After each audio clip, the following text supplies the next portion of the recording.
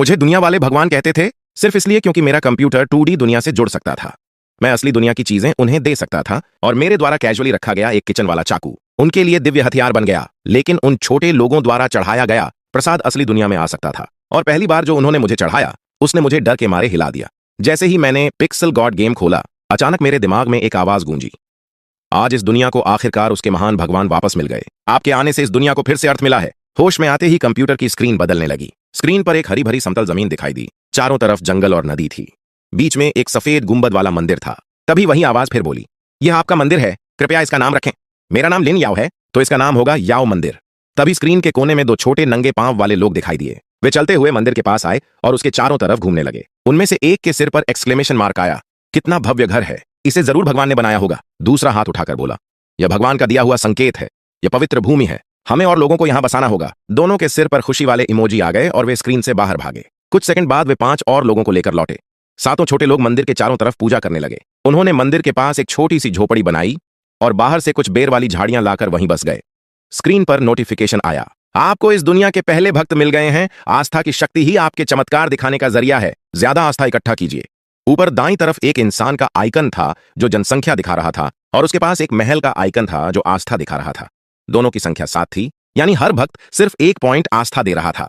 मैंने आस्था वाले सेक्शन को खोला। वहां एक बंद रोशनी का गोला था जिसे चमत्कार कहा गया था। उसे खोलने के लिए निश्चित आस्था चाहिए थी। सबसे बेसिक चमत्कार था बारिश करवाना। आगे और भी खतरनाक चमत्कार थे। एजिर की आग, जहां समुद्र के देवता ने एक फायर ड्रैगन को कैद करके उसे ऐसा अजूबा बनाया था जो आग के विशाल पत्थर फेंक सकता था। यह सब देखकर मैं सोच में पड़ गया। मतलब सिर्फ एक बेसिक चमत्कार करने के लिए भी 10 भक्त चाहिए थे, इसलिए आबादी बढ़ाना सबसे जरूरी था। बाकी सिमुलेशन गेम्स की तरह यहां भगवान सीधे घर या इंसान नहीं बना सकता था। छोटे लोग खुद ही बच्चे पैदा करते या दूसरे लोगों को लाते थे। मैं उन पिक्सल लोगों को खेती करते देख रहा था। तभी नोटिस किया कि मंदिर के आसपास वाले लोग उदास थे। उनके सिर पर सैड इमोजी आने लगे और वे मंदिर के चारों तरफ प्रार्थना करने लगे, हे महान भगवान, कृपया हमें आशीर्वाद दीजिए। जंगल वाली ट्राइब हमें शैतान का भक्त मानती है और मंदिर तोड़ना चाहती है। कृपया कोई चमत्कार दिखाइए। मुझे तुरंत समझ आ गया कि यह उनका पहला संकट है, लेकिन मेरे पास सिर्फ 7 फेथ पॉइंट्स थे, जिससे बारिश भी नहीं करवा सकता था। मैं गेम को और एक्सप्लोर करने लगा। आखिरकार मंदिर पर क्लिक करने से एक नया इंटरफेस खुला। बीच में पत्थर का एक अलाव था। उसके सामने एक धुंधली इंसानी मूर्ति थी जिसका चेहरा साफ नहीं दिख रहा था। शायद यह वही रूप था जैसा पिक्सल लोग अपने भगवान की कल्पना करते थे। मूर्ति के सामने एक लंबी मेज थी जिसमें 2 स्लॉट थे। बाईं तरफ बड़े स्लॉट पर बलि लिखा था और दाईं तरफ छोटे स्लॉट पर वरदान। दोनों खाली थे। बलि का मतलब समझ आया, लेकिन वरदान शायद भगवान द्वारा दिए जाने वाले हथियार या शक्तियां थीं। शायद यही वो चमत्कार था जिसकी उन्हें जरूरत थी। तभी मैंने कुछ अजीब नोटिस किया। वह मेज बहुत जानी पहचानी लग रही थी। अरे, वो तो बिल्कुल मेरी कंप्यूटर टेबल जैसी थी। बलि वाला स्लॉट कीबोर्ड जैसा रेक्टेंगल था और वरदान वाला स्लॉट माउस जैसा ओवल शेप। और ध्यान से देखा तो वह मूर्ति बिल्कुल मेरी तरह दिख रही थी। ये सोचकर मैं डर गया, लेकिन तभी मेरे दिमाग में एक खतरनाक आइडिया आया। मैंने धीरे से टेबल पर रखा एक लहसुन का टुकड़ा माउस के ऊपर रख दिया और ध्यान से देखने लगा। 2 सेकंड बाद लहसुन नीचे गिर गया। मैंने खुद पर हंसते हुए कहा, बस एक कोइंसिडेंस था। लेकिन तभी वह गिरा हुआ लहसुन अचानक गायब हो गया। मैंने तुरंत स्क्रीन की तरफ देखा। मंदिर के वरदान स्लॉट में अब लहसुन का पिक्सल आइकॉन था। उस पर लिखा था, भगवान का वरदान, एक खास मसाला और औषधि। क्या आप इसे अपने भक्तों को देना चाहते हैं? मेरा पूरा शरीर कांप गया। मैं डर के मारे कमरे में चक्कर लगाने लगा और जाकर ठंडे पानी से मुंह धोया। जब शांत होकर वापस कंप्यूटर के पास आया तो स्क्रीन पर सच में वही लहसुन मौजूद था। इसका मतलब मेरा असली दुनिया वाला लहसुन सच में माउस के जरिए इस गेम की दुनिया में पहुंच गया था। मुझे नहीं पता था ये गेम आखिर है क्या और ये डायमेंशंस के बीच कनेक्शन कैसे बना रहा है, लेकिन अब मैं देखना चाहता था कि असली दुनिया और गेम की दुनिया का इंटरैक्शन आखिर क्या करेगा। और फिर मैंने हाँ पर क्लिक कर दिया। मंदिर के चारों तरफ पूजा कर रहे छोटे लोगों के सिर पर अचानक एक्सक्लेमेशन मार्क आने लगे। भगवान प्रकट हो गए। भगवान ने चमत्कार दिखाया। हे महान देव, आपके वरदान के लिए धन्यवाद। लहसुन, भगवान द्वारा दिया गया पवित्र लहसुन। छोटे लोग घुटनों के बल बैठकर प्रार्थना करने लगे और फिर खुशी खुशी यह खबर सबको बताने दौड़ पड़े। उनके सिर पर अब स्माइल वाले इमोजी थे। वे तुरंत काम में जुट गए और मिलकर एक खेत तैयार किया। खेत में छोटे छोटे अंकुर निकले जो धीरे धीरे हरे पौधों में बदल गए। तभी स्क्रीन पर संदेश आया, आपके वरदान की वजह से भक्तों ने लहसुन उगाना और उसका उपयोग करना सीख लिया है। उनकी आस्था बढ़ गई है। ऊपर दाईं तरफ फेथ पॉइंट 7 से बढ़कर 22 हो गए। लगता था कि वरदान देकर बहुत तेजी से फेथ कमाया जा सकता है। इसके बाद मैंने टेबल पर रखी एक पेंसिल उठाई। सोचा कि यह चीज ट्राइबल सिविलाइजेशन के बहुत काम आएगी। लेकिन जब मैंने गेम खोला तो देखा कि वरदान वाले स्लॉट में अभी भी लहसुन मौजूद था। उस पर क्लिक करने पर संदेश आया, लहसुन अभी दुनिया में पूरी तरह समा रहा है, कृपया प्रतीक्षा करें। मुझे फिलहाल इंतजार करना पड़ा। आखिर मैंने अभी अभी यह गेम शुरू किया था और इसके कई मैकेनिक्स अभी समझने बाकी थे। करीब आधे घंटे बाद स्क्रीन के बाहर से छोटे लोगों का एक बड़ा झुंड दौड़ता हुआ आया। सबने चमड़े की जैकेट पहन रखी थी। उनका लीडर सींगों वाला हेलमेट पहने हुए था और हाथ में लकड़ी का भाला था। वे मशालें लेकर मंदिर को घेरते हुए चिल्लाने लगे, इस शैतान के घर को जला दो, तुम सब शैतान के भक्त हो, जला दो जला दो जला दो।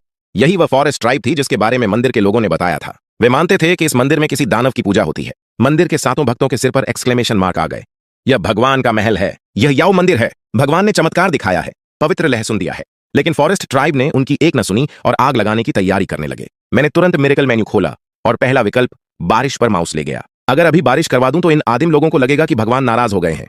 लेकिन अगले ही पल मैंने सोचा, नहीं, अगर करना है तो कुछ बड़ा करते हैं। मैंने आगे के मिरेकल्स देखे, फेथ कॉस्ट के हिसाब से उनमें थे बारिश 10, बिजली 20, तेज धूप 25, तूफान 30 और भूकंप 40। फिलहाल मेरे पास सिर्फ 22 फेथ पॉइंट्स थे, इसलिए मैंने बिजली वाले मिरेकल को चुना। बस अब तू गया। जैसे ही मैंने लाइटनिंग चुनी, माउस एक टारगेटिंग एरिया में बदल गया। मैंने उस एरिया को छोटा करके सीधे फॉरेस्ट ट्राइब के लीडर के सिर पर लॉक कर दिया। आखिर कहते हैं ना, सबसे पहले लीडर को मारो। अब खा मेरी आसमानी बिजली। मैंने हल्का सा क्लिक किया।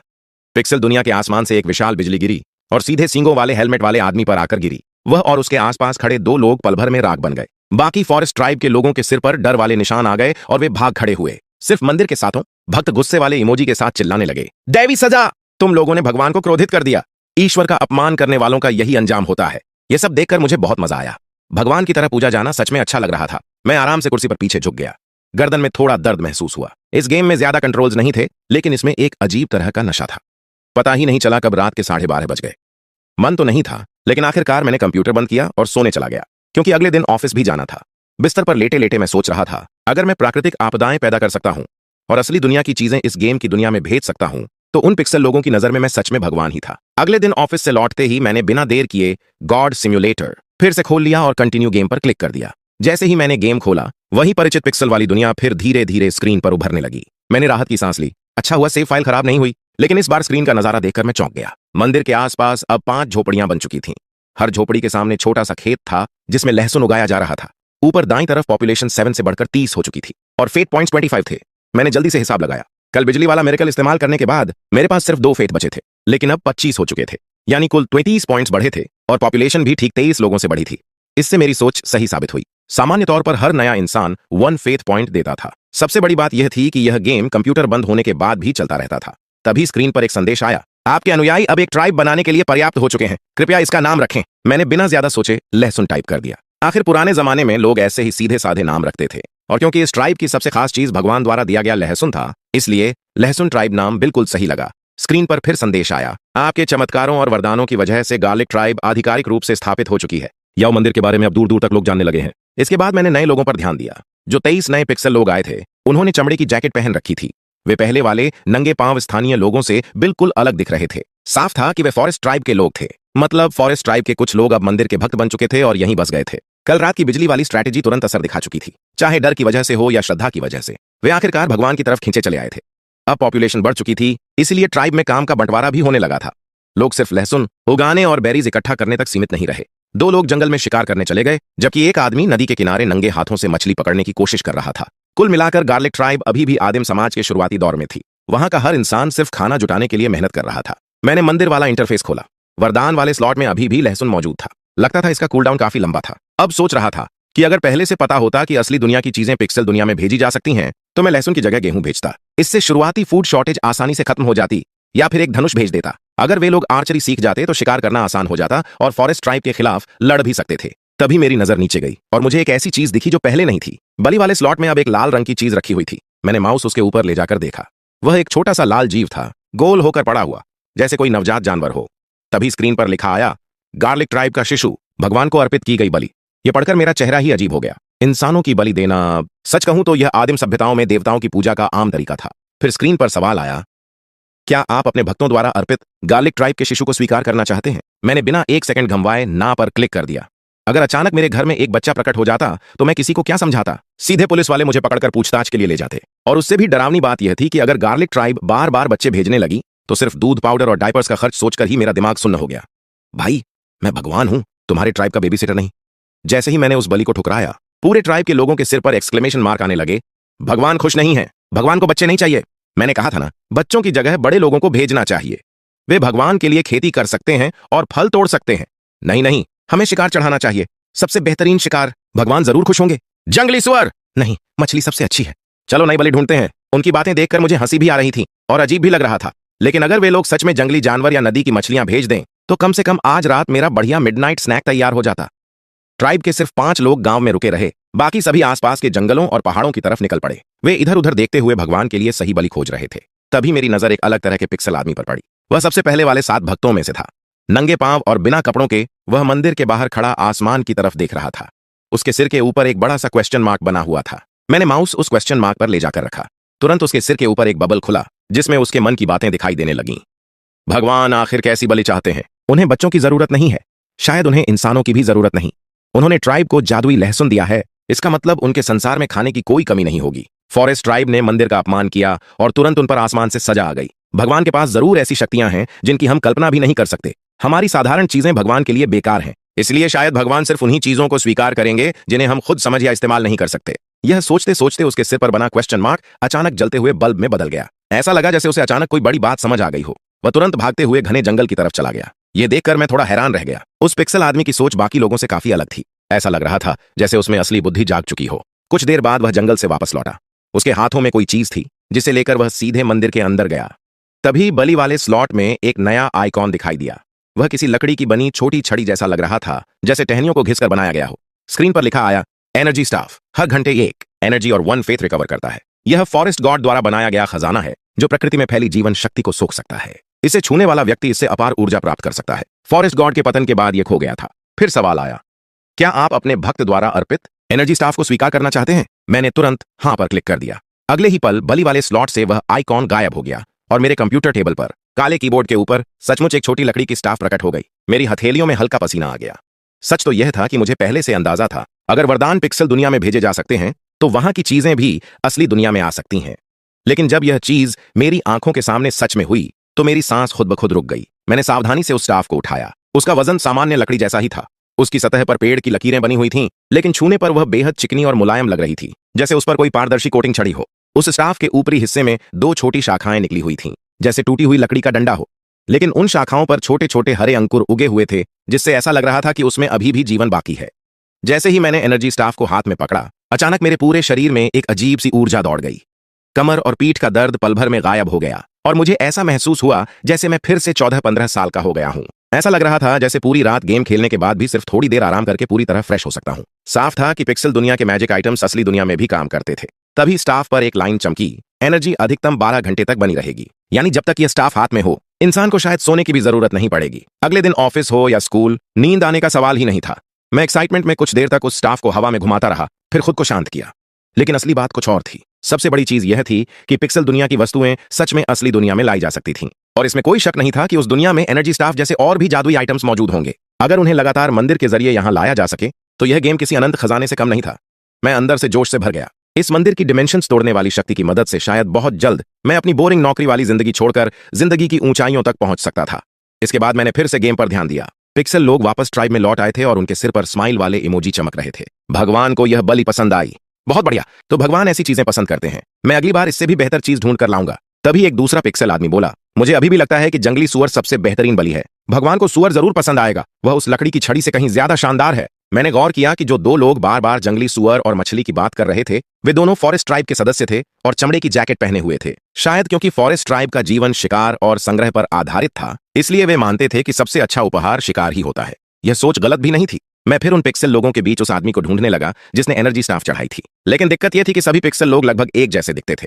किसी के सिर पर नाम नहीं था और ना ही कोई खास पहचान, इसलिए उन्हें अलग अलग पहचानना मुश्किल था। फिर भी काफी देर खोजने के बाद आखिरकार मैंने उसे मंदिर के अंदर ढूंढ लिया। वह पहले की तरह नंगे पांव और बिना कपड़ों के खड़ा था और उसके सिर के ऊपर अब भी एक बड़ा सा क्वेश्चन मार्क बना हुआ था। तभी स्क्रीन पर एक नया संदेश दिखाई दिया, एक भक्त में बुद्धि जाग चुकी है, क्या आप उसे प्रॉफिट बनाना चाहते हैं? कई प्राचीन सभ्यताओं में प्रॉफिट यानी ऐसा व्यक्ति जो भगवान की इच्छा समझकर लोगों तक पहुंचाता है, और जिसने एनर्जी स्टाफ खोजकर भगवान को अर्पित की थी, वह पिक्सल आदमी साफ तौर पर इसके लायक था। पिक्सल दुनिया में मुझे भी किसी ऐसे इंसान की जरूरत थी जो मेरी मंशा समझ सके, चाहे वह थोड़ी ही क्यों न समझ पाए। लेकिन यह उन लोगों से बेहतर था जो हर बात का गलत अंदाजा लगाते रहते थे। मैं दोबारा मंदिर में बच्चे चढ़ते हुए बिल्कुल नहीं देखना चाहता था, इसलिए मैंने तुरंत हां पर क्लिक कर दिया। उसी पल गार्लिक ट्राइब का पहला प्रॉफिट जन्म ले चुका था। प्रॉफिट के बनने के बाद पूरे ट्राइब की इंटेलिजेंस थोड़ी बढ़ गई। वह प्रॉफिट भगवान की मूर्ति के सामने घुटनों के बल बैठकर पूजा करने लगा। फिर मंदिर से बाहर निकल आया। जैसे ही वह बाहर आया, बाकी सारे पिक्सल लोग उसे घेर कर खड़े हो गए, मानो उन्हें एहसास हो गया हो कि उसे भगवान का आशीर्वाद मिला है। प्रॉफिट ने कहा, भगवान को ऐसी बलियां चाहिए जिन्हें हम समझ या इस्तेमाल नहीं कर सकते। अगर भविष्य में किसी को ऐसी कोई रहस्यमयी वस्तु मिले तो उसे भगवान को अर्पित करना, तभी भगवान की कृपा मिलेगी। बाकी पिक्सल लोग तुरंत उसकी बात मान गए। प्रॉफिट सही कह रहा है, जादुई चीजें खोजो। तभी वही आदमी बोला, मुझे पता है, एक रहस्यमयी सफेद जंगली सुअर है। आज तक कोई उसे पकड़ नहीं पाया, दूसरा बोला, मैंने नदी में एक अजीब मछली देखी थी, वह मांस और हड्डियां तक खा जाती है, भगवान को वह जरूर पसंद आएगी। यह सुनकर मैंने बेबस होकर उन दोनों की तरफ देखा। वे दोनों फिर वहीं लेदर जैकेट पहने फॉरेस्ट ट्राइब वाले लोग थे। चाहे उनके पास नाम ना हो, मैं उन्हें अब भी तुरंत पहचान सकता था। उन दोनों का सुअर और मछली के प्रति जुनून ऐसा था जैसे अंधेरे में चमकते जुगनू, बहुत ज्यादा नोटिसेबल। हालांकि प्रॉफिट ने बाकी लोगों को समझा दिया था कि भगवान कैसी चीजें चाहते हैं, लेकिन अगले 3 घंटों तक किसी भी पिक्सल आदमी को कोई नई मैजिकल वस्तु नहीं मिली। धीरे धीरे ट्राइब फिर अपनी सामान्य जिंदगी में लौट आया। लोग लहसुन और बेरीज उगाते, फिर उन्हें खाकर जीवन चलाते रहे। कुछ समय बाद ट्राइब में 2 नए बच्चे पैदा हुए और कुछ लोगों ने उनकी देखभाल शुरू कर दी। जहां तक मेरी बात थी, मैं सीधे सिर्फ प्रॉफिट को ही कंट्रोल कर सकता था। मैं उसे बस किसी जगह भेज सकता था। बाकी वह क्या समझेगा और क्या खोज पाएगा, यह सब उसकी खुद की बुद्धि पर निर्भर था। मैं काफी देर तक यह सब देखता रहा। जब नजर घड़ी पर गई तो शाम के 6:30 बज चुके थे। मुझे जोर की भूख लग रही थी। मैं नीचे एक छोटे से होटल में गया और जल्दी जल्दी हरी मिर्च वाला पोर्क फ्राइड राइस खाकर वापस कमरे में आ गया। लेकिन लौटते ही स्क्रीन पर नया हंगामा दिखाई दिया। पता नहीं कहां से एक विशाल काला भालू गार्लिक ट्राइब में घुस आया था। उसने 2 खेत और एक झोपड़ी तोड़ दी थी। जमीन पर 2 पिक्सल लोगों की लाशें पड़ी थीं। बाकी सारे लोग मंदिर के पीछे छिपे कांप रहे थे। सिर्फ प्रॉफिट मंदिर के सामने खड़ा था और उसकी बाहों में ट्राइब के 2 बच्चे थे। वह काला भालू पिक्सल लोगों से लगभग 2-3 गुना बड़ा था। उनके लिए वह किसी दैत्याकार राक्षस से कम नहीं था। वह विशाल काला भालू जमीन पर पड़े पिक्सल लोगों की लाशों को फाड़ फाड़ कर खा रहा था। बड़ी मुश्किल से ट्राइब में 2 नए बच्चे पैदा हुए थे और मैं तो उन्हें फ्यूचर पॉपुलेशन और फेथ पॉइंट्स की तरह देख रहा था। अभी आए नहीं और मरने चले हो, अब खा आसमान से डिवाइन पनिशमेंट। मैं तुरंत लाइटनिंग मिरेकल इस्तेमाल करने ही वाला था कि तभी मुझे कुछ अजीब दिखाई दिया। ट्राइब के 2 पिक्सल लोग उस भालू के सामने डटे हुए थे। उन्होंने लेदर जैकेट्स पहन रखी थीं और हाथ में लकड़ी की लाठियां थीं। वे दोनों एक आगे और एक पीछे से भालू के चारों तरफ घूमते हुए उसके सिर और पीछे पर हमला कर रहे थे। मारते हुए चिल्ला भी रहे थे, सुअर की ताकत। मैं मछली की तरह फुर्तीला हूं। उनकी बातें सुनकर मैं तुरंत समझ गया, ये वही पागल फॉरेस्ट ट्राइब वाले भाई थे। अब मेरे सामने मुश्किल ये थी कि अगर मैं अभी लाइटनिंग गिरा दूं तो कहीं ये दोनों भी पहले वाले हॉर्न हेलमेट लीडर की तरह राख ना बन जाएं। इसलिए मुझे सही मौका चाहिए था। ट्राइब की पॉपुलेशन पहले ही कम थी और नुकसान सहना मुश्किल था, इसलिए मैंने थोड़ा इंतजार किया। दोनों भाई काफी फुर्तीले थे। एक हमला करता और तुरंत भाग जाता, फिर दूसरा पीछे से हमला करता। वे लगातार भालू को परेशान कर रहे थे। उनकी लकड़ी की लाठियां ज्यादा नुकसान तो नहीं पहुंचा रही थीं, लेकिन भालू अब गुस्से से पागल हो चुका था। उसके सिर के ऊपर गुस्से का निशान चमकने लगा। आखिरकार उसने जमीन पर पड़ी लाशों को छोड़ दिया और दोनों भाइयों के पीछे दौड़ पड़ा। लेकिन इस बार वे उससे लड़ने नहीं रुके। दोनों सीधे जंगल की तरफ भागने लगे। तभी मुझे समझ आया, वे जानबूझकर भालू को ट्राइब से दूर ले जा रहे थे ताकि बाकी लोग बच जाएं। रोजमर्रा में चाहे ये दोनों थोड़े बेवकूफ लगते हों, लेकिन संकट के समय सच में हिम्मत दिखा रहे थे। मैंने तुरंत लाइटनिंग मिरेकल एक्टिवेट किया और पहले से अंदाजा लगाकर भालू के भागने वाले रास्ते पर निशाना लगाया ताकि बिजली उन दोनों भाइयों से जितना हो सके दूर गिरे। अगले ही पल आसमान से चांदी जैसी चमकती बिजली गिरी और सीधे भालू के सिर पर आकर फटी। उसका सिर पल भर में उड़ गया और वह तुरंत मरकर गिर पड़ा। दोनों भाई भी डर कर जमीन पर गिर गए, लेकिन कुछ सेकंड बाद फिर उठ खड़े हुए। वे अभी भी जिंदा थे। यह देखकर मैंने राहत की सांस ली।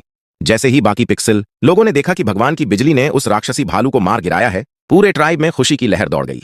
सबने हाथ उठाकर भगवान की जय जयकार करनी शुरू कर दी। उनके सिर के ऊपर खुशी वाले इमोजी चमकने लगे, लेकिन सिर्फ प्रॉफिट के सिर पर क्वेश्चन मार्क था। मैंने क्यूरियोसिटी में उसका थॉट बबल खोला। वह सोच रहा था, यह भालू गहरे पहाड़ों से यहां कैसे आया? इतना बड़ा भालू आसपास कभी नहीं देखा गया। आखिर यह आया कहां से और इसने अचानक गार्लिक ट्राइब पर हमला क्यों किया? फिर प्रॉफिट ने अपनी बाहों में पकड़े बच्चों को दूसरे पिक्सल लोगों को सौंप दिया और धीरे धीरे उस जले हुए भालू की लाश के पास पहुंचा। अचानक उसके सिर के ऊपर एक्सक्लेमेशन मार्क चमका।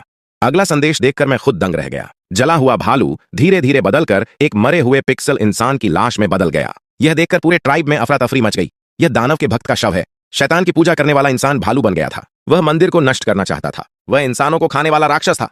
यहाँ दानव मौजूद है। मैं यहाँ से भाग रहा हूँ। डर के मारे 3 पिक्सल लोग तुरंत अलग अलग दिशाओं में भाग गए। ऊपर दाईं तरफ पॉपुलेशन घटकर 25 रह गई और फेथ पॉइंट्स भी 3 कम हो गए। लाइटनिंग मिरेकल में खर्च हुए एडवांस फेथ और एनर्जी स्टाफ से मिले बोनस के बाद अब मंदिर के पास कुल मिलाकर सिर्फ 7 फेथ पॉइंट्स बचे थे। मैंने सिर खुजलाया और लंबी सांस ली। पूरे दिन इतनी मेहनत से ट्राइब संभालने के बाद सब कुछ फिर लगभग शुरुआत जैसी हालत में पहुंच गया था। भगवान बनना भी इतना आसान नहीं था, लेकिन सबसे ज्यादा चिंता मुझे उस नए दुष्ट शक्तियों वाले मामले की हो रही थी। अब तक सिर्फ भगवान और भक्त थे, लेकिन अब डीमंस भी सामने आ चुके थे। साफ लग रहा था कि डीमन और गॉड एक दूसरे के दुश्मन हैं।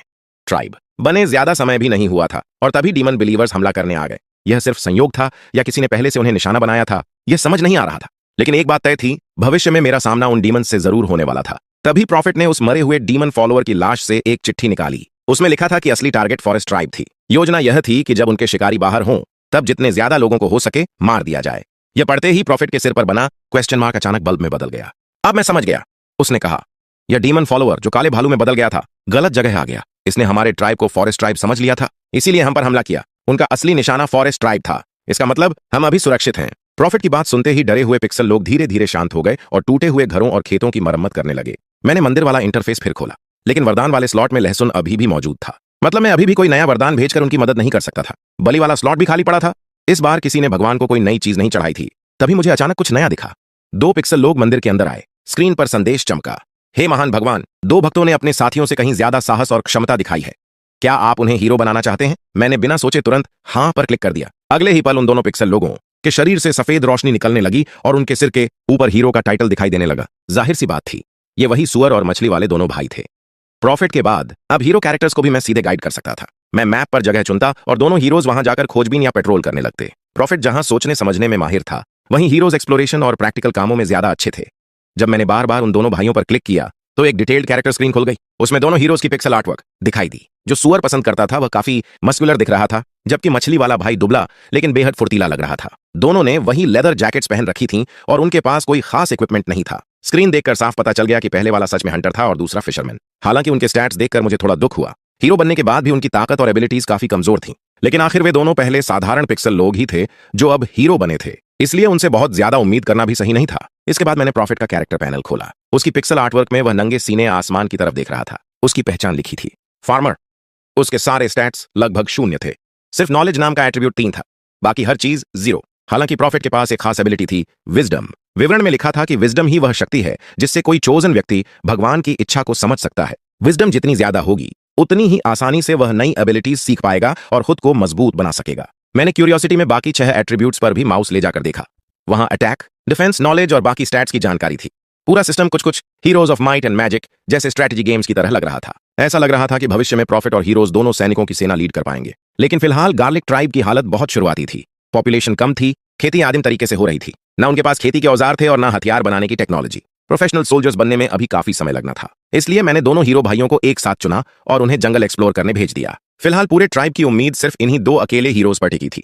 मैं बस यही चाहता था कि उनकी किस्मत अच्छी निकले। कुछ ही मिनटों बाद दोनों भाइयों को जंगल में सचमुच कुछ मिला। उन्होंने फॉरेस्ट ट्राइब की एक बस्ती खोज ली और वहां उनका स्वागत भी किया गया। फॉरेस्ट ट्राइब के एक पिक्सल आदमी के सिर पर एक्सक्लेमेशन मार्क चमका। हम लेदर और मीट के बदले तुम्हारे ट्राइब का गार्लिक लेना चाहते हैं। यह सुनकर मैंने दोनों हीरोज को तुरंत वापस गार्लिक ट्राइब भेजा ताकि वे प्रॉफिट से मिलकर फॉरेस्ट ट्राइब की बात बता सकें। प्रॉफिट सोच में डूब गया और सच कहूं तो मैं भी उलझन में पड़ गया। आखिर क्या हमें फॉरेस्ट ट्राइब को उस डीमन ब्लैक बेयर वाली सच्चाई बतानी चाहिए या नहीं? गार्लिक ट्राइब अभी बहुत कमजोर थी। अगर इस समय उन्होंने फॉरेस्ट ट्राइब के साथ व्यापार शुरू किया तो संभव था कि डीमन फॉलोअर्स उनका भी दुश्मन बन जाएं। लेकिन दूसरी तरफ यही मौका था बाहर की दुनिया से जुड़ने का। उन्हें लेदर और मीट जैसी जरूरी चीजें मिल सकती थीं और फॉरेस्ट ट्राइब के साथ अच्छे संबंध भी बन सकते थे। काफी सोचने के बाद मैंने फैसला कर लिया।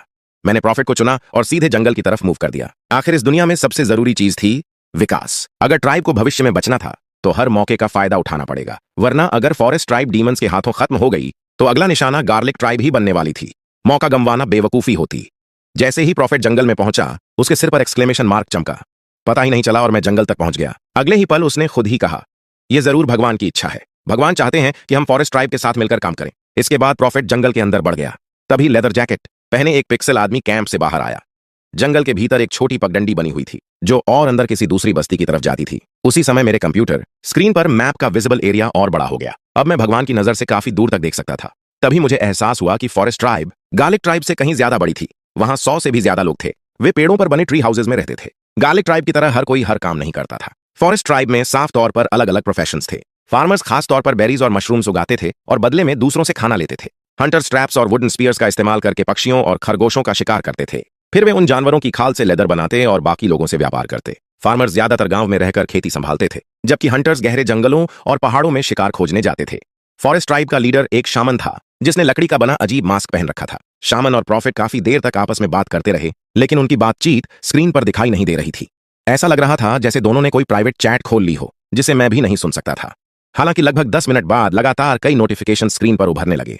प्रॉफिट ने फॉरेस्ट ट्राइब को डीमन फॉलोअर्स के हमले के बारे में बताया। फॉरेस्ट ट्राइब का रवैया अब फ्रेंडली हो गया है। प्रॉफिट ने फॉरेस्ट ट्राइब को गार्लिक उगाने और इस्तेमाल करने का तरीका सिखाया। फॉरेस्ट ट्राइब का रवैया अब इंटीमेट हो गया है। भगवान का वरदान पूरी तरह दुनिया में समा चुका है। गार्लिक अब इस संसार का हिस्सा बन गया है। फॉरेस्ट ट्राइब और गार्लिक ट्राइब के बीच अलायंस बन गया है। आपकी आस्था अब फॉरेस्ट ट्राइब में भी फैलने लगेगी। ये सारी अच्छी खबरें देखकर मुझे काफी राहत मिली। प्रॉफिट ने लगातार कमाल कर दिया था। अब फॉरेस्ट ट्राइब की 100 से ज्यादा पॉपुलेशन की वजह से मुझे नए बिलीवर्स मिलने की उम्मीद थी। फिलहाल फेथ बढ़ाने का यही सबसे बड़ा रास्ता था और अलायंस बनने का मतलब था कि गार्लिक ट्राइब को एक मजबूत व्यापारिक साथी भी मिल गया था। लेकिन सबसे अहम बात कुछ और थी। गार्लिक वाला वरदान आखिरकार पूरी तरह कंप्लीट हो चुका था। मैंने तुरंत मंदिर वाला इंटरफेस खोला। जैसा उम्मीद थी, वरदान वाला स्लॉट अब खाली था। यानी अब मैं एक और चीज असली दुनिया से पिक्सल दुनिया में भेज सकता था। कुछ सेकंड के लिए मैं एक्साइटमेंट में खो गया, लेकिन फिर दिमाग में सवाल आया, आखिर अभी गार्लिक ट्राइब को सबसे ज्यादा जरूरत किस चीज की है? लिखाई, औजार, खाना? मेरे हाथ में एनर्जी स्टाफ घूम रही थी और दिमाग में एक के बाद एक आइडियाज आ रहे थे। हर चीज काम की लग रही थी। तभी अचानक स्क्रीन पर एक नया संदेश चमका। फॉरेस्ट ट्राइब भगवान द्वारा दिए गए गार्लिक के लिए धन्यवाद स्वरूप एक नई भेंट अर्पित कर रही है। यह पढ़ते ही मैं खुश हो गया। दूसरी मैजिकल ऑफरिंग आखिर आ चुकी थी। मैंने तुरंत मंदिर खोला। बलि वाले स्लॉट में अब एक हरे रंग का पौधा दिखाई दे रहा था, जो बिल्कुल छोटे कैक्टस जैसा लग रहा था। उसके नीचे लिखा था, कैक्टस सर्वेंट, हर घंटे एक फेथ रिकवर करता है। भगवान का वफादार सेवक जो भगवान के आदेशों का पालन करता है। यह मंदिर की सफाई और पूजा का काम संभालने वाले मेहनती और भरोसेमंद स्पिरिट्स हैं। सामान्य समय में ये कैक्टस के रूप में रहते हैं, लेकिन भगवान के सामने सर्वेंट बन जाते हैं। सबसे नीचे एक शब्द लिखा था, जीवित। मैंने बिना देर किए उस ऑफरिंग को एक्सेप्ट कर लिया। अगले ही पल मेरे कीबोर्ड के ऊपर एक गोल मटोल कैक्टस प्रकट हो गया। उसका आकार लगभग मुट्ठी जितना था। देखने में वह बिल्कुल बाजार में मिलने वाले साधारण कैक्टस जैसा था। गोल हरा शरीर, चारों तरफ फैले छोटे छोटे कांटे। अचानक वह गोल मटोल कैक्टस धीरे धीरे हिलने लगा। उसके शरीर से पतली हरी भुजाएं और पैर निकल आए। फिर उसने अपने छोटे घुटने मोड़े और पूरा शरीर झुकाकर बहुत आदर से मुझे प्रणाम किया। मैं कुछ सेकंड उसे घूरता रह गया, फिर मजाक में पूछा, तुम सफाई कर सकते हो? कैक्टस सर्वेंट अभी भी झुका हुआ था। उसने हल्का सा सिर हिलाया। मैंने तुरंत आदेश दिया, तो फिर इस कमरे की सफाई कर दो। आदेश मिलते ही वह कैक्टस मेज से छलांग लगाकर नीचे उतरा। हैरानी की बात यह थी कि वह बिल्कुल संतुलित तरीके से जमीन पर उतरा और फिर छोटे छोटे कदमों से पूरे कमरे में दौड़ने लगा। जहां जहां वह जाता, वहां की धूल, बाल और छोटे छोटे कचरे के टुकड़े उसके शरीर से चिपकते जाते। वे सब मिलकर छोटे गोल गोले बन जाते, जैसे वह कोई जिंदा वैक्यूम क्लीनर हो। कुछ ही देर में पूरा फर्श चमकने लगा। यहां तक कि टाइलों के बीच फंसी पुरानी गंदगी भी बाहर निकल आई। पुराने टूटे हुए फर्श तक ऐसे चमक रहे थे जैसे उन पर पॉलिश की गई हो। मैं आराम से कुर्सी पर पैर चढ़ाकर बैठ गया, एक कोल्ड ड्रिंक खोली और उस छोटे कैक्टस को काम करते हुए देखने लगा। पता नहीं क्यों, लेकिन उस समय मुझे अंदर से बहुत सुकून महसूस हो रहा था। शायद यही असली भगवान वाली फीलिंग थी। लेकिन ऑफिस की जिंदगी इतनी आरामदायक नहीं थी। कल तक मैं थोड़ा जल्दी निकल पाया था, लेकिन आज पूरी कंपनी में ओवर टाइम चल रहा था। लगता था बॉस बाहर कहीं से गुस्से में लौटे थे। आते ही उन्होंने इमरजेंसी मीटिंग बुला ली और हर कर्मचारी को डांटना शुरू कर दिया। फिर आदेश दिया कि हर किसी को हाल के कामों की पूरी रिपोर्ट लिखकर आज ही जमा करनी होगी। जब तक बॉस ऑफिस में बैठी थी, कोई अपनी सीट से हिलने की हिम्मत नहीं कर रहा था। पूरे ऑफिस में भारी तनाव फैला हुआ था। तभी मेरी सहकर्मी फांग जाय ने मुझे एक वेफर बिस्किट पकड़ाया। मैंने मुस्कुराकर कहा, थैंक्स फैंग जी। सच में भूख लग रही थी। फैंग जाय कंपनी के उन कुछ लोगों में से थी जो सच में काम करती थीं। उम्र लगभग 30 के आसपास होगी। वह बहुत खूबसूरत तो नहीं थी, लेकिन उसकी आवाज हमेशा नरम और व्यवहार अच्छा रहता था। शायद इसलिए क्योंकि उसे लगता था कि मेरा स्वभाव उसके छोटे भाई जैसा है। वह मेरा काफी ध्यान रखती थी। लेकिन सच कहूं तो मेरा दिमाग पूरी तरह गॉड सिमुलेटर में अटका हुआ था। मैं बस किसी तरह समय कटने का इंतजार कर रहा था।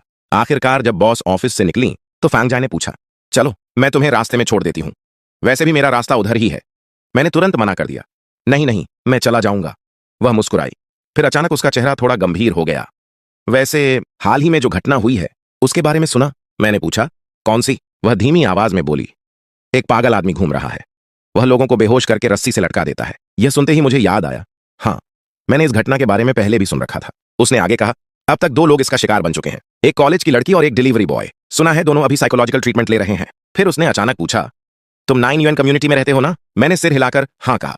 लेकिन सच कहूं तो उस समय मेरा पूरा ध्यान सिर्फ गॉड सिम्युलेटर पर था। मैं जल्दी से जल्दी घर पहुंचकर देखना चाहता था कि गार्लिक ट्राइब में क्या नया हुआ है। इसलिए ज्यादा बातचीत किए बिना मैं तेजी से अपने छोटे से कमरे की तरफ भाग गया। तुम्हारा भगवान वापस आ गया, गार्लिक ट्राइब। कमरे का दरवाजा खोलते ही सामने कंप्यूटर डेस्क पर रखा कैक्टस सर्वेंट तुरंत झुककर मुझे प्रणाम करने लगा। तभी मेरी नजर पूरे कमरे पर गई और मैं दंग रह गया। पूरा सिंगल रूम चमचमा रहा था। बेडशीट, पिलो कवर, कर्टन, सबका रंग पहले से ज्यादा चमकीला लग रहा था। उन पर जमी धूल और दाग पूरी तरह गायब थे। अलमारी और साइड टेबल ऐसे चमक रहे थे जैसे नए हों। पूरे कमरे में हल्की पेड़ों और घास जैसी ताजी खुशबू फैली हुई थी। सिर्फ एक चीज को कैक्टस सर्वेंट ने छुआ तक नहीं था, मेरा कंप्यूटर और कंप्यूटर डेस्क। उसके लिए शायद ये दोनों किसी पवित्र स्थान जैसे थे जिन्हें सिर्फ भगवान ही छू सकता था। 24 इंच का मॉनिटर हल्की सफेद रोशनी दे रहा था। अब जबकि मुझे पता चल चुका था कि गॉड सिमुलेटर बंद होने के बाद भी चलता रहता है, इसलिए मैंने कंप्यूटर बंद करना ही छोड़ दिया था। गेम हमेशा खुला रहता था। जैसे ही मैं स्क्रीन के सामने बैठा, गार्लिक ट्राइब में नए बदलाव नजर आए। पॉपुलेशन अब बढ़कर 28 हो चुकी थी। नए लोगों में कुछ लेदर जैकेट पहने फॉरेस्ट ट्राइब वाले थे, कुछ नंगे पांव घूमने वाले आदिवासी, और यहां तक कि एक जंगली इंसान भी था जिसके शरीर पर पत्ते लिपटे हुए थे और बाल बहुत लंबे थे। फेथ पॉइंट्स अब 44 हो चुके थे, यानी अब मैं 2 बार लाइटनिंग मिरेकल इस्तेमाल कर सकता था। एनर्जी स्टाफ और कैक्टस सर्वेंट मिलकर हर घंटे 2 फिक्स्ड फेथ पॉइंट्स दे रहे थे, जबकि पॉपुलेशन बढ़ने से मिलने वाला फेथ अलग था। अब बारी थी आज के सबसे महत्वपूर्ण काम की। मैंने अपना बैग खोला और एक ट्रांसपेरेंट प्लास्टिक पैकेट निकाला। उसके अंदर हल्के भूरे रंग के सीड्स थे, व्हीट सीड्स। काफी सोच विचार के बाद मैंने यही फैसला लिया था। सबसे पहले गार्लिक ट्राइब को भरपेट खाना चाहिए। जब लोगों के पास पर्याप्त भोजन होगा, तभी वे आगे राइटिंग, टूल्स और शायद वेपन्स जैसी चीजों के बारे में सोच पाएंगे। जब पेट भरता है, तभी सिविलाइजेशन आगे बढ़ती है। मैंने व्हीट सीड्स को मंदिर में भेज दिया। स्क्रीन पर तुरंत मैसेज उभरा, क्या आप व्हीट अपने भक्तों को देना चाहते हैं? मैंने बिना हिचकिचाए हाँ दबा दिया। कुछ ही सेकंड बाद मंदिर के बाहर पूरे ट्राइब में खुशी फैल गई। हर पिक्सल आदमी के सिर पर एक्सक्लेमेशन मार्क चमकने लगे। वे हाथ उठाकर चिल्लाने लगे, भगवान का वरदान, चमत्कार अमर रहे, महान भगवान, आपकी कृपा के लिए धन्यवाद। यह वीट है, अद्भुत वीट। अब हम स्वादिष्ट अनाज खा पाएंगे। भगवान ने हमें वीट दिया है, हमें इसका सही इस्तेमाल करना होगा ताकि भगवान की आस्था पूरी दुनिया में फैल सके, बिल्कुल गार्लिक की तरह। प्रॉफिट सच में पूरे ट्राइब का सबसे समझदार इंसान था। उसके दूरदर्शी सोचने की वजह से फेथ पॉइंट्स सीधे 44 से बढ़कर 84 हो गए। मुझे याद था कि गार्लिक देने पर सिर्फ 15 फेथ बढ़ा था, लेकिन वीट ने अकेले 40 पॉइंट्स दे दिए। इसका मतलब साफ था, हर ब्लेसिंग की वैल्यू अलग होती है। फिलहाल गार्लिक ट्राइब के लिए सबसे ज्यादा महत्वपूर्ण चीज खाना थी। कुछ देर बाद प्रॉफिट फिर मंदिर के अंदर आया और भगवान की मूर्ति के सामने घुटनों के बल बैठकर प्रार्थना करने लगा। उसके सिर पर क्वेश्चन मार्क उभरा। मैंने उसका थॉट बबल खोला। हे महान भगवान, फॉरेस्ट ट्राइब को एक मरता हुआ डिवाइन अपोस्टल मिला है। वे उसे आपकी बलि के रूप में अर्पित करना चाहते हैं, लेकिन बदले में वे वीट की खेती सीखना चाहते हैं। वीट बहुत कीमती है। मेरी छोटी सी बुद्धि इस सौदे का सही मूल्य नहीं समझ पा रही, इसलिए मैं आपसे मार्गदर्शन मांगता हूं, हे सर्वशक्तिमान याव गॉड। उसके बाद स्क्रीन पर एक ऑप्शन उभरा। क्या आप फॉरेस्ट ट्राइब के साथ वीट साझा करके डिवाइन अपोस्टल का आदान प्रदान करना चाहते हैं? गॉड सिमुलेटर अब तक इस दुनिया के बारे में पूरी जानकारी नहीं देता था। न पूरी मैप दिखाई गई थी और न ही सारे रहस्य समझाए गए थे। भगवान होने के बावजूद मुझे हर चीज धीरे धीरे खुद खोजनी पड़ रही थी, जैसे पहले ब्लैक बेयर वाले हमले में हुआ था। शुरुआत में मुझे लगा था कि वह सिर्फ जंगली जानवर है, लेकिन बाद में प्रॉफिट ने जांच करके पता लगाया कि वह असल में एक डीमन फॉलोअर था। कई मायनों में मैं भी इन पिक्सल लोगों से ज्यादा नहीं जानता था। फर्क सिर्फ इतना था कि मेरे पास प्लेयर की पहचान थी, जैसे किसी दूसरी डिमेंशन से आया हुआ बाहरी भगवान। तभी मेरे दिमाग में एक और विचार आया, अगर मेरी तरह कोई बाहरी भगवान इस दुनिया में आ सकता है, तो क्या इस दुनिया के अपने स्थानीय देवता भी होंगे? मैंने हाथ में पकड़ी एनर्जी स्टाफ और फ्लावर पॉट में सोए हुए कैक्टस सर्वेंट की तरफ देखा। ये दोनों पहले फॉरेस्ट गॉड की चीजें थीं। मंदिर के डिस्क्रिप्शन में साफ लिखा था कि फॉरेस्ट गॉड मर चुका है, इसलिए उसकी ट्रेजर्स अब दुनिया में बिखर गई थीं। क्या फॉरेस्ट गॉड जैसा अस्तित्व ही डिवाइन गॉड कहलाता है? क्या वही डिवाइन अपोस्टल किसी ऐसे देवता से जुड़ा हुआ था? अफसोस, इस सवाल का जवाब देने वाला कोई नहीं था। मैंने कुछ देर सोचने के बाद आखिर फैसला कर लिया। एक्सचेंज। वीट बहुत कीमती जरूर था, लेकिन गार्लिक ट्राइब अब फॉरेस्ट ट्राइब के साथ अलायंस में थी। ऐसी स्थिति में वीट जैसी चीज को हमेशा छिपा कर रखना मुश्किल था। अगर भविष्य में फॉरेस्ट ट्राइब इसे बिना अनुमति हासिल कर लेती, तो उससे बेहतर था कि अभी खुले तौर पर एक फेयर डील की जाए। जैसे ही मैंने हाथ चुना, प्रॉफिट के सिर पर बल्ब चमक उठा। हे भगवान, आपका सेवक समझ गया कि क्या करना है। इसके बाद उसने तुरंत शामन के साथ प्राइवेट बातचीत शुरू कर दी और दोनों ट्राइब्स के बीच बहुत जल्दी समझौता हो गया। फॉरेस्ट ट्राइब के लोगों के सिर पर खुशी वाले इमोजी चमकने लगे। याव गॉड ने हमें अनाज दिया है, महान याव गॉड की जय। इसके बाद फॉरेस्ट ट्राइब के कुछ लोग जंगल के अंदर से एक बड़ा पत्थर का कॉफिन उठाकर लाए। वे उसे कंधों पर उठाए गार्लिक ट्राइब के मंदिर तक लाए। फिर गार्लिक ट्राइब के लोगों ने उसे मंदिर के अंदर पहुंचाया। अब मंदिर के इंटरफेस में एक नया ग्रे आइकॉन दिखाई दे रहा था, अपोस्टल। मैंने क्यूरियोसिटी में उस आइकॉन पर क्लिक किया। स्क्रीन पर एक आर्ट वर्क उभरी। पत्थर के कॉफिन के अंदर एक लड़की लेटी हुई थी। उसकी आंखों पर काली पट्टी बंधी हुई थी। उसके चेहरे और शरीर पर पत्थर जैसी दरारें फैली हुई थीं, मानो उसका शरीर धीरे धीरे पत्थर में बदल चुका हो। उसका शरीर और कॉफिन लगभग एक ही चीज लग रहे थे। अगर उसका चेहरा थोड़ा नरम और इंसानी ना दिखता, तो कोई भी उसे एक स्टैच्यू समझ बैठता। नीचे लिखा था, apostle dying state belongs to forest god. Description में लिखा था, अपोस्टल्स भगवान की इच्छा और आदेशों को लागू करते हैं। वे भगवान की आवाज सुनते हैं और इस दुनिया में भगवान के अवतार का माध्यम होते हैं। यह पढ़कर मुझे लगा कि शायद अपोस्टल वह यूनिट है जिसे मैं सीधे कंट्रोल कर सकता हूं, लेकिन उसे जगाना आसान नहीं था। मैंने अपोस्टल ऑप्शन दबाया। तुरंत एक प्रॉम्प्ट सामने आया, इसे रिवाइव करने के लिए भारी मात्रा में फेथ की आवश्यकता होगी। क्या आप 500 फेथ पॉइंट्स खर्च करके इसे अपने मंदिर का अपोस्टल बनाना चाहते हैं? मैं कुछ सेकंड तक स्क्रीन को घूरता रह गया।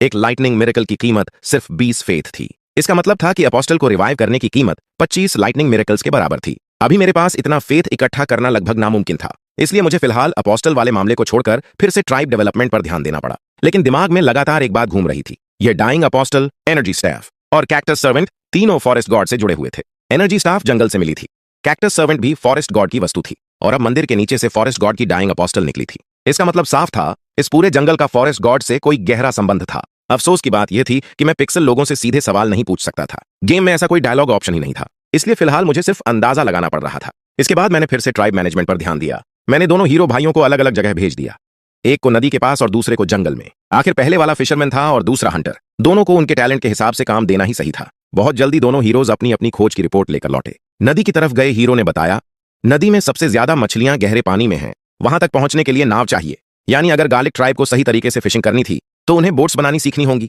दूसरी तरफ जंगल में गए हीरो ने बताया कि उसे कुछ जड़ी बूटियां मिली हैं। उन पर जानवरों के काटने के निशान और खून के धब्बे थे, लेकिन समस्या यह थी कि कोई भी उन्हें पहचान नहीं पा रहा था। उन्हें समझने के लिए किसी हर्ब मास्टर या डॉक्टर जैसे विशेषज्ञ की जरूरत थी। रिसोर्सेज की कमी नहीं थी, कमी थी स्किल्ड लोगों की। मुझे समझ आ गया कि सिविलाइजेशन को आगे बढ़ने में समय लगेगा, इसलिए मैंने खुद को शांत किया और बस आराम से ट्राइब को देखने लगा। फ्रिज में मुझे 2 जमे हुए मकई के भुट्टे मिले। मैंने उन्हें उबाल कर रात का खाना बना लिया। गर्म नरम मकई खाते हुए मैं स्क्रीन पर भागते दौड़ते पिक्सल लोगों को देख रहा था। पता नहीं क्यों, लेकिन वह एहसास बिल्कुल बचपन में जमीन पर चींटियों को देखने जैसा था। बेहद साधारण लेकिन अजीब तरह से सुकून देने वाला। कुछ समय बाद पिक्सल दुनिया में मौसम बदल गया। बर्फ गिरनी शुरू हो गई। विंटर आ चुका था। दो हीरोज को छोड़कर बाकी सारे बाहर गए लोग वापस ट्राइब में लौट आए और झोपड़ियों के अंदर आग के पास बैठकर ठंड से बचने लगे।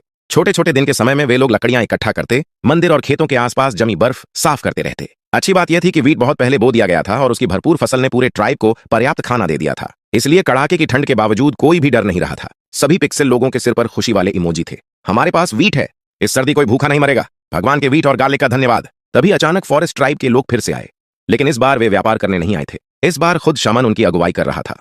प्रॉफिट ने उनका स्वागत किया। दोनों ट्राइब्स के लोग बर्फ के बीच जलते बड़े बॉनफायर के आसपास बैठकर ठंड से बचने लगे। तभी शामन के सिर पर चिंतित इमोजी उभरा। गार्लिक ट्राइब के दोस्तों, हम एक ऐसी मुसीबत में फंस गए हैं जिसे खुद हल नहीं कर पा रहे। हमारे ट्राइब के 20 हंटर्स, जो हमारे सबसे बेहतरीन शिकारी थे, सर्दियों के लिए आखिरी शिकार करने जंगल की गहराइयों में गए थे, लेकिन पहाड़ों से गिरी भारी बर्फ ने उन्हें जंगल के उत्तरी हिस्से में कहीं दबा दिया। हम उन्हें खोज नहीं पा रहे। अब सिर्फ भगवान की शक्ति ही उन्हें बचा सकती है। कृपया याओ टेम्पो, सर्वशक्तिमान याओ गॉड से प्रार्थना है कि उन हंटर्स पर दया करें। शामन ने आगे कहा, अगर हमारे हंटर्स सुरक्षित लौट आए तो हम अपने ट्राइब में याओ गॉड का मंदिर बनाएंगे।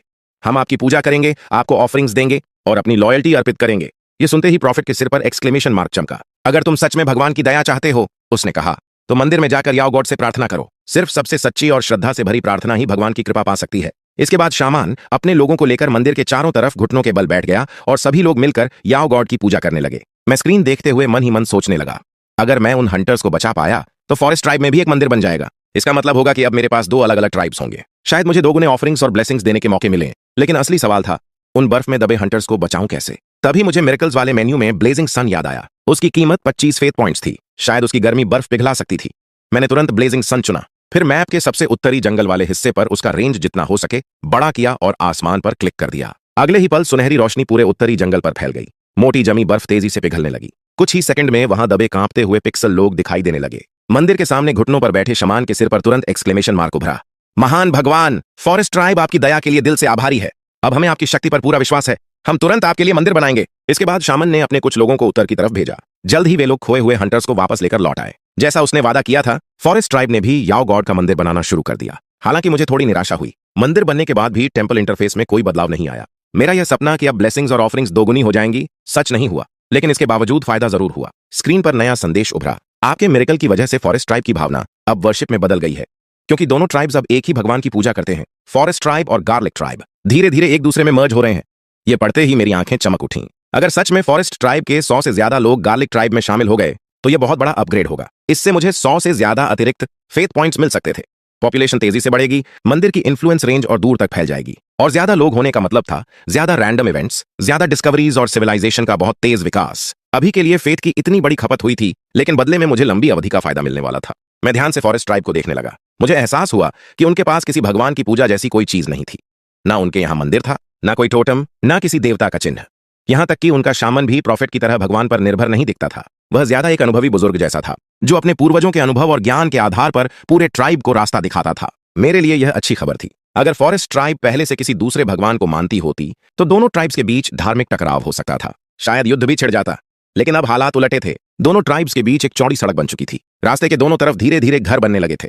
कहीं गार्लिक ट्राइब की घास फूस वाली झोपड़ियां थीं, तो कहीं फॉरेस्ट ट्राइब के पेड़ों पर बने ट्री हाउसेज। दोनों ट्राइब्स अब पहले से कहीं ज्यादा करीब आ रही थीं। मैं इंतजार कर रहा था कि कब वे पूरी तरह एक हो जाएं। तभी अचानक बाहर से घंटी जैसी आवाज सुनाई दी। मेरा कमरा पुराने अपार्टमेंट एरिया में था। दिन में ही यहाँ ज्यादा लोग नहीं दिखते थे। रात में तो पूरा इलाका लगभग सुनसान हो जाता था। मैं खिड़की के पास गया और बाहर झांका। सड़क की लाइट के नीचे कुछ हिलता हुआ दिखाई दे रहा था। ऐसा लग रहा था जैसे किसी ने बिजली के खंभे पर कुछ लटका दिया हो। ध्यान से देखने पर मेरा दिल धक से रह गया। एक इंसान रस्सी से बांधकर सीमेंट के लैंप पोस्ट पर लटकाया गया था। उसके फोन की रिंगटोन सुनसान गली में साफ गूंज रही थी। मैंने तुरंत पुलिस को कॉल लगाया। हेलो पुलिस, यहाँ बाहर गली में किसी आदमी को रस्सी से लटका दिया गया है। मैं जू यूएन कम्युनिटी के मोटरसाइकिल डॉर्मेटोरी एरिया में रहता हूँ। आप लोग जल्दी आइए। पुलिस ने मुझसे एड्रेस और पूरी सिचुएशन पूछी, फिर कहा कि मैं खुद कुछ करने की कोशिश ना करूं। वे तुरंत पहुंच रहे थे। फोन रखने के बाद मैंने राहत की सांस ली। ऐसी चीजों को प्रोफेशनल्स ही संभाल सकते थे। तभी अचानक अब तक सोया हुआ कैक्टस सर्वेंट उछलकर खिड़की पर जा बैठा। उसका चेहरा उसी लटके हुए आदमी की दिशा में था। उसके कांटे तन गए थे, जैसे वह बेहद सतर्क हो। मैंने हैरानी से पूछा, क्या हुआ? तुमने कुछ नोटिस किया? कैक्टस सर्वेंट ने सिर हिलाया। मैंने आह भरते हुए कहा, काश तुम बोल सकते हैं। तभी वह तुरंत घुटनों के बल बैठ गया। हे महान याओ गॉड, अगर आप अनुमति दें तो आपका सेवक बोल सकता है। अगले ही पल एक अजीब एक्सेंट वाली आवाज कमरे में गूंजी। मैं चौंक गया। तुम बोल सकते हो? कैक्टस सर्वेंट ने सिर झुकाकर जवाब दिया। सिर्फ तब जब महान याओ गॉड अनुमति दें। आपके विनम्र सेवक को बोलने का अधिकार तभी मिलता है। मेरा चेहरा गंभीर हो गया। मैंने तुरंत पूछा, उस लटके हुए आदमी में आखिर तुमने क्या देखा? कैक्टस सर्वेंट ने धीरे आवाज में कहा, हे भगवान, यह एक डीमन रिचुअल है। डीमंस ऐसे क्रूर और डरावने रिचुअल्स के जरिए फेथ इकट्ठा करते हैं। वे लोगों के डर और अज्ञान का इस्तेमाल करके उन्हें मैनिपुलेट करते हैं और अपने फॉलोअर्स बना लेते हैं। मैं थोड़ा चौंका। डीमंस? तो फिर डीमन और गॉड में फर्क क्या है? कैक्टस सर्वेंट ने सिर झुकाकर जवाब दिया, हे महान याओ गॉड, डीमंस असल में दूसरी तरफ के इविल गॉड्स होते हैं। यह सुनते ही मेरे दिमाग में सब कुछ साफ हो गया। डीमन नाम बस अलग था, असल में वे भी मेरी तरह दूसरे गॉड प्लेयर्स थे। यानी इस दुनिया में सिर्फ मैं ही गॉड सिमुलेटर इस्तेमाल नहीं कर रहा था, और भी लोग थे जो अपने अपने फॉलोअर्स से ऑफरिंग्स और मैजिकल आइटम्स हासिल कर रहे थे। तभी मुझे फैंग जाई की बात याद आई। जू युआन कम्युनिटी में एक पागल आदमी घूम रहा है। मेरे अंदर तुरंत खतरे की घंटी बज उठी। अगर दूसरे गॉड प्लेयर्स को मेरे सिमुलेटर के बारे में पता चल गया तो वे मेरे मैजिकल आइटम्स छीनने की कोशिश कर सकते थे, शायद मुझ पर हमला भी कर सकते थे। तब यह सिर्फ गेम नहीं रहेगा, यह असली दुनिया की लड़ाई बन जाएगी। मैंने तुरंत एक छोटा फ्लावर पॉट उठाया और कैक्टस सर्वेंट से कहा, मेरी अनुमति के बिना तुम ना हिलोगे ना बोलोगे। बाकी समय तुम बस एक साधारण कैक्टस बने रहोगे। चुपचाप इसी गमले में रहना, समझे? जैसा आदेश महान भगवान। कैक्टस सर्वेंट झुककर वापस शांत हो गया। बाहर गली में फोन की रिंगटोन अभी भी लगातार बज रही थी, जैसे कोई मदद के लिए पुकार रहा। मैं फिर खिड़की से उस लटकी हुई इंसान की तरफ देखने लगा। अब वह ज्यादा नहीं हिल रही थी, शायद थक चुकी थी। स्ट्रीट लाइट की रोशनी में उसकी शक्ल कुछ साफ दिखाई देने लगी। उसने काले रंग का टॉप पहना हुआ था और उसके शरीर पर खून जैसे कई निशान दिख रहे थे। तभी मुझे याद आया कि घर में बिनोक्यूलर्स पड़े हैं। मैंने जल्दी से उन्हें निकाला और दोबारा देखा। इस बार मैं उसे पहचान गया। वह सामने वाली बेंचमार्क हेयर सैलून में काम करने वाली हेयर ड्रेसर थी। उसका काम का नाम अनकी था। असली नाम मुझे नहीं पता था। उस सैलून की रेट्स काफी सस्ती थीं, सिर्फ 15 यूएन में हेयर कट और वॉश। इसलिए मैं अक्सर वहीं बाल कटवाता था। अनकी की हल्की सुनहरी डाइड हेयर थी। उम्र मुश्किल से 20-22 साल होगी। वह बहुत धीरे और शांति से बात करती थी और बाकी हेयर ड्रेसर्स की तरह बेवजह लगातार बातें करके इरिटेट नहीं करती थी, इसलिए वह मुझे ठीक लगती थी। कुछ देर बाद पुलिस पहुंची और उसे नीचे उतार लिया, लेकिन उस वक्त उसकी हालत बहुत खराब थी। वह पूरी तरह डरी हुई थी। पुलिस ने उसे एक कोट ओढ़ा दिया था, मगर वह कुछ बोल नहीं रही थी, बस चुपचाप बैठी थी, जैसे सदमे में चली गई हो। अनकी के शरीर पर खून से कई अजीब सिंबल्स बनाए गए थे। वे किसी टेढ़े मेढ़े अरबिक नंबर्स जैसे दिख रहे थे, लेकिन साथ ही ऐसे लग रहे थे जैसे लोहे की चेन्स उसके पूरे शरीर को लपेटे हुए हों। पुलिस ने पूरे इलाके को तुरंत सील कर दिया और बाद में मेरे कमरे पर आकर मुझसे भी पूछताछ की। मैंने जो कुछ देखा था सब सच सच बता दिया, बस गॉड सिमुलेटर और डीमन रिचुअल वाली बात छिपा ली। जब तक बयान खत्म हुआ रात के 2 बज चुके थे, लेकिन एनर्जी स्टाफ हाथ में होने की वजह से मुझे बिल्कुल नींद नहीं आ रही थी। मैं वापस कमरे में आया और फ्लावर पॉट में बैठे कैक्टस सर्वेंट की तरफ देखा। क्या तुम पहले कभी हमारी दुनिया में आए हो? कैक्टस सर्वेंट ने तुरंत सिर झुका लिया। हे महान भगवान, यह पहली बार है जब आपका विनम्र सेवक आपके डिवाइन वर्ल्ड में आया है। मुझे फॉरेस्ट गॉड ने जीवन दिया था, लेकिन उनका डिवाइन वर्ल्ड आपके संसार जैसा नहीं था। वहां हर जगह सिर्फ पानी ही पानी था। मैं बहुत छोटा और तुच्छ हूं। गॉड्स की दुनिया कैसी होती है, इसे समझना मेरे लिए असंभव है। मैंने फिर पूछा, फॉरेस्ट गॉड दिखते कैसे थे? कैक्टस सर्वेंट कांप उठा। उन्हें सीधे देखना संभव नहीं था, बिल्कुल आपकी तरह। मैं सिर्फ उनकी एक धुंधली छाया देख पाता था। इतने महान अस्तित्व का असली रूप शब्दों में बताना असंभव है। धीरे धीरे मैंने उससे काफी जानकारी निकलवाई। उसका कोई नाम नहीं था। वह फॉरेस्ट गॉड द्वारा बनाए गए अनगिनत कैक्टस सर्वेंट्स में से सिर्फ एक था। उसकी पूरी जिंदगी मंदिर में सफाई और छोटे मोटे काम करते हुए बीती थी। बाद में फॉरेस्ट गॉड ने इन सर्वेंट्स को ब्लेसिंग के रूप में पिक्सल वर्ल्ड में भेज दिया, लेकिन फिर कभी उन्हें वापस नहीं बुलाया। समय के साथ मंदिर टूटता गया और आखिरकार फॉरेस्ट गॉड के मरने के बाद पूरी श्राइन बर्बाद हो गई। कैक्टस सर्वेंट भी उसी खंडहर के नीचे दब गया। बहुत साल बाद फॉरेस्ट ट्राइब के लोग जब जंगल में मशरूम खोद रहे थे तब उन्हें वह मिला। लेकिन एक खास बात थी, सिर्फ गॉड्स ही कैक्टस सर्वेंट्स को एक्टिवेट कर सकते थे। पिक्सल लोग उन्हें कभी उनकी असली फॉर्म में वापस नहीं ला सकते थे। मैं कुछ देर उसे देखता रहा, फिर मुस्कुराकर बोला, अगर तुम फॉरेस्ट गॉड की छोड़ी हुई चीज हो तो आज से तुम्हारा नाम शाओयान होगा। कैक्टस सर्वेंट तुरंत झुक गया, जैसे उसे यह नाम बहुत पसंद आया हो। अगला दिन ऑफिस में छुट्टी का समय करीब था, तभी सहकर्मी बातें करने लगे। सुना क्या, वो पागल आदमी फिर दिखाई दिया, और इस बार भी जू युआन कम्युनिटी में। मैंने कहा था ना वहां खतरा है। अच्छा हुआ तुम रात में अकेले नहीं गए, वरना अगर उस साइकोपैथ से सामना हो जाता तो। उनकी बात सुनकर मुझे फैंग जाई की याद आई। शुक्रिया कहने के लिए मैंने उसके लिए छोटा केक और कॉफी ऑर्डर कर दी। ऑफिस खत्म होते ही मैं शेयर्ड इलेक्ट्रिक स्कूटर लेकर तेज रफ्तार में घर की तरफ निकल पड़ा। बस से कहीं तेज था, ना ट्रैफिक की टेंशन, ना डिलेज। शॉर्टकट लेते हुए मैं सीधा घर पहुंचा। दरवाजा खोलते ही मैं बिना समय गंवाए सीधे कंप्यूटर के सामने जाकर बैठ गया। जब मैंने गेम खोला तब तक पिक्सल वर्ल्ड में सर्दी खत्म हो चुकी थी। सारी बर्फ गायब हो गई थी और उसकी जगह जमीन पर हरी घास और छोटे छोटे नए पौधे उगाए थे। गार्लिक ट्राइब के लोग लगातार नई जमीन साफ करके खेती बढ़ा रहे थे, जबकि फॉरेस्ट ट्राइब के लोग फिर से जंगलों में शिकार करने निकल पड़े थे। सबकी जिंदगी वापस सामान्य हो गई थी। स्क्रीन पर दूर दूर तक फैले व्हीट फील्ड्स को देखकर मुझे भी अजीब सी खुशी हो रही थी। प्रॉफिट और शमन मंदिर के बाहर खड़े आपस में बात कर रहे थे। उनके सिर पर बार बार स्माइल इमोजी उभर रहे थे, जैसे वे किसी महत्वपूर्ण बात पर सहमत हो रहे हों। तभी उनकी बातचीत के टेक्स्ट दिखाई देने लगे।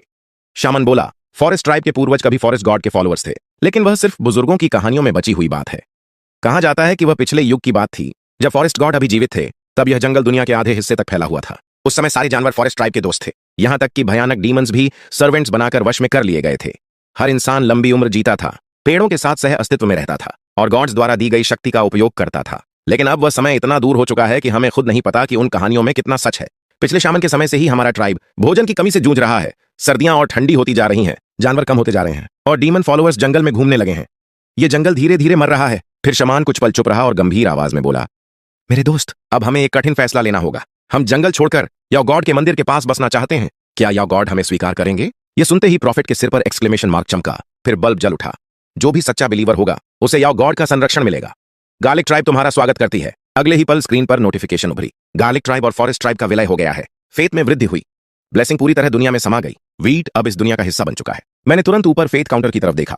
फेथ सीधे 69 से बढ़कर 237 हो चुका था। पॉपुलेशन भी 38 से उछलकर 186 हो गई थी। मैं खुशी में हवा में मुट्ठी लहराए बिना नहीं रह सका। आखिरकार शुरुआती इन्वेस्टमेंट और पेशेंस का फल मिल गया था। दोनों ट्राइब्स के मर्ज होने के बाद फॉरेस्ट ट्राइब के लोग धीरे धीरे जंगल छोड़कर गार्लिक ट्राइब के पास बसने लगे। वे भी अब हट्स बना रहे थे, खेत तैयार कर रहे थे और वीट ऑफ गार्लिक उगाना सीख रहे थे। दूसरी तरफ फॉरेस्ट ट्राइब के हंटर्स अभी भी अपना पुराना काम कर रहे थे। वे नियमित रूप से जंगल में जाकर शिकार करते और मीट लेदर लेकर लौटते। धीरे धीरे गार्लिक ट्राइब के लोग भी लेदर वेस्ट्स पहनने लगे। अब दोनों ट्राइब्स के लोगों में फर्क करना लगभग असंभव हो गया था। नई गार्लिक ट्राइब तेजी से प्रॉस्पर कर रही थी, लेकिन तभी वह हीरो ब्रदर्स फिर मुसीबत में फंस गए। पता नहीं कब वे दोनों जंगल के पश्चिमी हिस्से में बहुत दूर तक चले गए थे, जहां घने जंगल पहाड़ों से मिलते थे। अचानक दोनों हीरोज तेजी से ट्राइब की तरफ भागते दिखाई दिए। उनके सिर पर वार्निंग मार्क्स चमक रहे थे। दुश्मन, जंगल में दुश्मन है, अटैक! दोनों हीरोज की वार्निंग मिलते ही पूरा ट्राइब अलर्ट हो गया। प्रॉफिट और शामन के नेतृत्व में सारे हंटर्स ने अपने वुडन स्पीयर्स उठा लिए। जल्द ही पश्चिमी जंगल से दुश्मन बाहर आए। वे जंगली लोग थे, शरीर पर एनिमल स्किन्स, हाथों में स्टोन एक्सेस। उनकी संख्या सिर्फ 10-15 थी, लेकिन वे बेहद खतरनाक थे। उन्होंने आते ही 30 से ज्यादा हंटर्स से भिड़ंत शुरू कर दी। खाना दे दो वरना सबको मार देंगे। हंटर्स उनके सामने काफी मुश्किल में थे, लेकिन तब दोनों हीरो ब्रदर्स ने अपनी असली कीमत दिखाई। वे वुडन क्लब्स लेकर दुश्मनों के पीछे पीछे घूमते, मौका देखकर उनके सिर पर वार करते और तुरंत भाग जाते। उनकी स्पीड और टीम वर्क की वजह से वाइल्ड मैन उन्हें पकड़ ही नहीं पा रहे थे। यह सिंपल लेकिन इफेक्टिव स्ट्रैटेजी बार बार काम कर रही थी और वाइल्ड मैन लगातार परेशान हो रहे थे। कुछ देर की लड़ाई के बाद आखिरकार वाइल्ड मैन पीछे हट गए। जाते जाते भी वे गुस्से में चिल्ला रहे थे, तुम लोगों की मौत तय है, हम फिर लौटेंगे, अपनी गर्दनें तैयार रखना। उन्हें भागते देख मुझे थोड़ी निराशा हुई। मैं चाहता था कि ट्राइब उन्हें पूरी तरह खत्म कर दे, लेकिन फिलहाल वे सिर्फ उन्हें भगा पाए थे। तभी शमन ने गंभीर आवाज में कहा, वे बारबेरियन ट्राइब के लोग हैं। वे पहाड़ों में रहते हैं। उनके पास बुद्धि नहीं होती। वे जंगली जानवरों की तरह हिंसक होते हैं। बारबेरियन ट्राइब बहुत ताकतवर है। उनका हर सदस्य एक मजबूत वॉरियर होता है। वे आसपास के सभी ट्राइब्स का खाना लूटते रहते हैं। फॉरेस्ट ट्राइब के खाने का बड़ा हिस्सा भी उन्हीं ने छीना था। वे डीमंस के फॉलोअर्स हैं। उन्हें डीमंस से शक्ति मिलती है और वे जानवरों में बदल सकते हैं। हम उनका मुकाबला नहीं कर सकते। यह सुनते ही मेरे दिमाग में बिजली सी कौंध गई। तो पिछली बार वाला ब्लैक बेयर असल में बारबेरियन ट्राइब का वॉरियर था, इसलिए वह इतना ताकतवर था और सही ट्राइब पहचान भी नहीं पाया था। उसकी बुद्धि लगभग जानवर जैसी थी। मैंने तुरंत बगल में रखे फ्लावर पॉट की तरफ देखा। शाओयान, कैक्टस सर्वेंट, तुरंत मिट्टी से उछलकर बाहर आया और सीधा खड़ा हो गया। हे भगवान, आपका वफादार सेवक आदेश की प्रतीक्षा में है। मैंने पूछा, क्या हर डीमन फॉलोअर जानवर में बदल सकता है? शाओयान ने सिर हिलाया। नहीं महान भगवान, बीस्ट ट्रांसफॉर्मेशन शायद डीमंस की एक विशेष शक्ति है। केवल कुछ चुनिंदा फॉलोअर्स, जिन्हें हीरोज कहा जाता है, वही इस शक्ति को जागृत कर पाते हैं। ये सुनकर मुझे पिछली बात समझ आ गई। जब मैंने ब्लैक बेयर पर लाइटनिंग गिराई थी, तब उसका शरीर पूरी तरह नष्ट नहीं हुआ था, क्योंकि वह कोई साधारण पिक्सल आदमी नहीं, बल्कि डीमन साइड का हीरो था। यानी हीरोज सामान्य लोगों से कहीं ज्यादा मजबूत होते हैं। फिर मैंने अपनी नजर हीरो ब्रदर्स पर डाली। अगर ऐसा है तो तुम दोनों के पास कोई स्पेशल एबिलिटी क्यों नहीं है? मैंने क्यूरियोसिटी में उनका स्टेटस पैनल खोला। तभी मुझे एहसास हुआ कि मैंने जल्दबाजी में फैसला कर लिया था। फिश पसंद करने वाला भाई अब हीरो लेवल 2 बन चुका था। उसका profession fisherman, attack 2, defence 1, luck 2, और उसके नीचे नई एबिलिटी चमक रही थी, वाटर सीकिंग लव 1, यानी वह किसी भी एनवायरमेंट में पानी का स्रोत ढूंढ सकता था। दूसरी तरफ पिग पसंद करने वाला भाई भी हीरो लेवल 2 पर पहुंच चुका था। उसका प्रोफेशन हंटर, अटैक 3, डिफेंस 2, और साफ दिख रहा था कि वह अब ट्राइब का सबसे ताकतवर फाइटर बन चुका था। जागृत क्षमता, ट्रैकिंग आर्ट लेवल 1, यानी ये इंसानों और जानवरों द्वारा छोड़े गए निशानों को पहचान सकता था। पता ही नहीं चला और ये चुपके से लेवल अप भी हो गया। ये दोनों क्षमताएं भले ही सीधी लड़ाई वाली स्किल्स नहीं थीं, लेकिन काफी काम की थीं। ट्रैकिंग आर्ट होने की वजह से ही इन्हें बर्बर कबीले की हलचल का पता चला था। मैंने मन ही मन कहा, ठीक है, मैंने तुम्हें गलत समझा। फिर मेरी नजर जंगल के पश्चिमी पहाड़ों की तरफ गई, जहां उन बर्बर लोगों का ठिकाना था। भगवान को नाराज करके इतनी आसानी से बच निकलना संभव नहीं था। मैंने तुरंत पलटवार की योजना बनाई। पहले दोनों हीरोज को पश्चिमी पहाड़ों में दोबारा जासूसी के लिए भेजा। ट्रैकिंग और पानी ढूंढने की क्षमता के कारण वे स्काउट बनने के लिए सबसे सही थे। इसके बाद मैंने मंदिर का इंटरफेस खोला। आशीर्वाद वाला स्लॉट अब खाली था। मैंने अपने बैग से लाल पीले रंग का बच्चों वाला खिलौना धनुष निकाला। पूरा प्लास्टिक का बना था और उसके तीरों के सिरे नरम रबर के थे। ऑफिस से लौटते समय खिलौने की दुकान से खरीदा था। शुरुआती आदिवासी सभ्यता के लिए धनुष बहुत बड़ी चीज थी। इससे लोग खतरनाक हाथापाई की लड़ाई से बचकर दूर से हमला कर सकते थे और दुश्मनों को धीरे धीरे खत्म कर सकते थे। भले ही ये बच्चों का खिलौना था, लेकिन उसका मैकेनिज्म असली जैसा ही था। मैंने खिलौना धनुष माउस पर रखा और आशीर्वाद स्लॉट में लाल पीले रंग का धनुष दिखाई देने लगा। स्क्रीन पर लिखा आया, धनुष, देवता का आशीर्वाद। एक शक्तिशाली दूर से मार करने वाला हथियार जो सेना और शिकारी दोनों के लिए सबसे महत्वपूर्ण हथियारों में से एक है। क्या आप इसे अपने भक्तों को देना चाहते हैं? मैंने तुरंत हाँ दबाया। पूरे गार्लिक ट्राइब के लोगों के सिर पर एक्सक्लेमेशन मार्क आ गए। याओ, देवता ने नया आशीर्वाद दिया है। धनुष, अद्भुत धनुष, कमाल का हथियार। अब हमें दुश्मनों से डरने की जरूरत नहीं। सबसे ज्यादा उत्साहित शिकारी थे। उनके सिर पर स्माइली फेस थे और वे खुशी से नाचने लगे। उन्होंने तुरंत अपने लिए धनुष बनाए और उत्साह से जंगल की ओर भाग पड़े। पैगंबर के सिर पर सवालिया निशान उभरा। धनुष, दूर से मार करने वाला हथियार। देवता हमें हथियार बंद करना चाहते हैं ताकि हम अब किसी खतरे या हमले से न डरें। देवता की इच्छा है कि हम दानव भक्तों के खिलाफ लड़ें और इन जंगली दुष्टों को हराएं। जरूर यही मतलब है। लेकिन शमन की सोच अलग थी। धनुष मेंढक की जीभ जैसा है।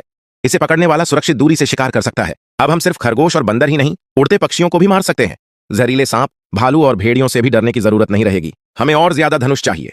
अब हर इंसान एक योद्धा बन सकता है। तभी स्क्रीन पर नया संदेश आया। आपके आशीर्वाद ने आपके भक्तों को धनुष बनाना और इस्तेमाल करना सिखा दिया है। विश्वास बढ़ गया है। एक ही बार में फेथ 30 अंक बढ़कर 200 से सापर हो गया। धनुष चलाना सीखने के बाद गार्लिक ट्राइब की ताकत साफ दिखाई देने लगी। बाहर जाने वाले लगभग हर पिक्सेल इंसान की पीठ पर अब धनुष लटका होता था। शिकारी अब भालू और हिरण जैसे बड़े शिकार लेकर लौटने लगे। झोपड़ियों पर ज्यादा चमड़े चढ़ाए जाने लगे और लकड़ी के ढांचों पर ज्यादा सूखा मांस लटकने लगा। तभी दोनों हीरोज की तरफ से खबर आई। उन्हें एक नया कबीला मिला था जिसका नाम था डिले ट्राइब।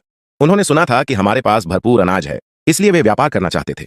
बर्बर कबीला तो नहीं मिला, लेकिन यह एक बड़ा अनएक्सपेक्टेड डिस्कवरी था। मैंने दोनों भाइयों को वापस बुलाया और वे डिले ट्राइब के लोगों को साथ लेकर लौटे। आने वाले दो लोग लिनन के कपड़े पहने हुए थे और पीठ पर कपड़े के बैग टांगे हुए थे। उन्हें देखकर ही अमीर व्यापारी जैसा एहसास हो रहा था। आते ही उन्होंने पैगंबर और शमन से व्यापार की बात शुरू कर दी। डिले ट्राइब हमेशा अलग अलग कबीलों से व्यापार करता है। हम नमक देकर अनाज, कपड़े और औषधियां लेते हैं। अब हम तुम लोगों से गेहूं के बदले नमक का व्यापार करना चाहते हैं। पैगंबर के सिर पर सवालिया निशान उभरा। ये एक मौका लगता है। हमें जरूर कोशिश करनी चाहिए कि देवता का विश्वास और फैले। मैं यह देखकर काफी खुश हुआ। आखिर पैगंबर ही मेरी सोच सबसे अच्छे से समझता था। उसने पूछा, डिले ट्राइब के दोस्तों, क्या तुमने कभी किसी बेहतर जगह बसने के बारे में सोचा है? डिले ट्राइब के लोग एक दूसरे को देखने लगे। हमारे पास व्यापार है, व्यापार ही सब कुछ है। हर चीज खरीदी बेची जा सकती है। हमें किसी चीज की कमी नहीं। तभी शमन भी बोला, बर्बर कबीला पहाड़ों में रहता है। वे दानव की पूजा करते हैं और हर गैर दानव आस्था वाले कबीले पर हमला करते हैं। डिले ट्राइब भी इससे बच नहीं पाएगा। लेकिन डिले ट्राइब के लोग मुस्कुराने लगे। ये कोई समस्या नहीं, हम भी उस दानव देवता में विश्वास करते हैं। यह सुनते ही गार्लिक ट्राइब के सभी लोगों के सिर पर एक्सक्लेमेशन मार्क आ गए। डिले ट्राइब ने आराम से समझाया, हमारे मंदिर में 3 देवताओं की पूजा होती है। उनमें से एक वही दानव देवता भी है जिसे तुम लोग बुरा मानते हो। हम व्यापार और बुद्धिमत्ता के सहारे जीते हैं। जब तक जीवन बेहतर हो, कोई भी आस्था स्वीकार की जा सकती है। जरूरत पड़े तो यहाँ के देवता को भी मान सकते हैं। पैगंबर और शमन दोनों कुछ पल के लिए चुप रह गए। मैं यह देखकर दंग रह गया। यह पहला बहुदेववादी कबीला था जिसे मैंने देखा था। वे पूरी तरह प्रैक्टिकल थे, जैसे शुरुआती दौर के व्यापारी हों।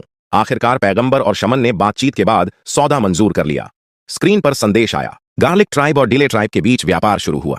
डिले ट्राइब का रवैया अब तटस्थ हो गया है। तभी डिले ट्राइब के दोनों लोग गांव में घूमते घूमते अचानक उत्साहित हो उठे। उनके सिर पर एक्सक्लेमेशन मार्क चमक उठा। गार्लिक, ये तो मसाला है। हमें एक अनोखा और दुर्लभ व्यापारिक सामान मिल गया। वे दोनों उत्साह में हाथ ऊपर उठाकर चिल्लाने लगे, हमें जितना हो सके उतना लहसुन दो। बेशकीमती लहसुन, शानदार तीखा लहसुन। यह देखकर मैं हंस पड़ा। शुरुआत में यूं ही दिया गया लहसुन अब इतनी बड़ी चीज बन जाएगा, मैंने सोचा भी नहीं था। इंसानी सभ्यता के शुरुआती दौर में मसाले बेहद महंगे और लग्जरी चीज माने जाते थे। गेहूं, धनुष और चमड़ा तो सामान्य व्यापारिक सामान थे, लेकिन लहसुन आसपास के पूरे इलाके में एक अनोखा मसाला था। डिले ट्राइब के लोग 2 बोरी नमक छोड़कर ढेर सारा लहसुन लेकर जल्दी जल्दी वापस लौट गए।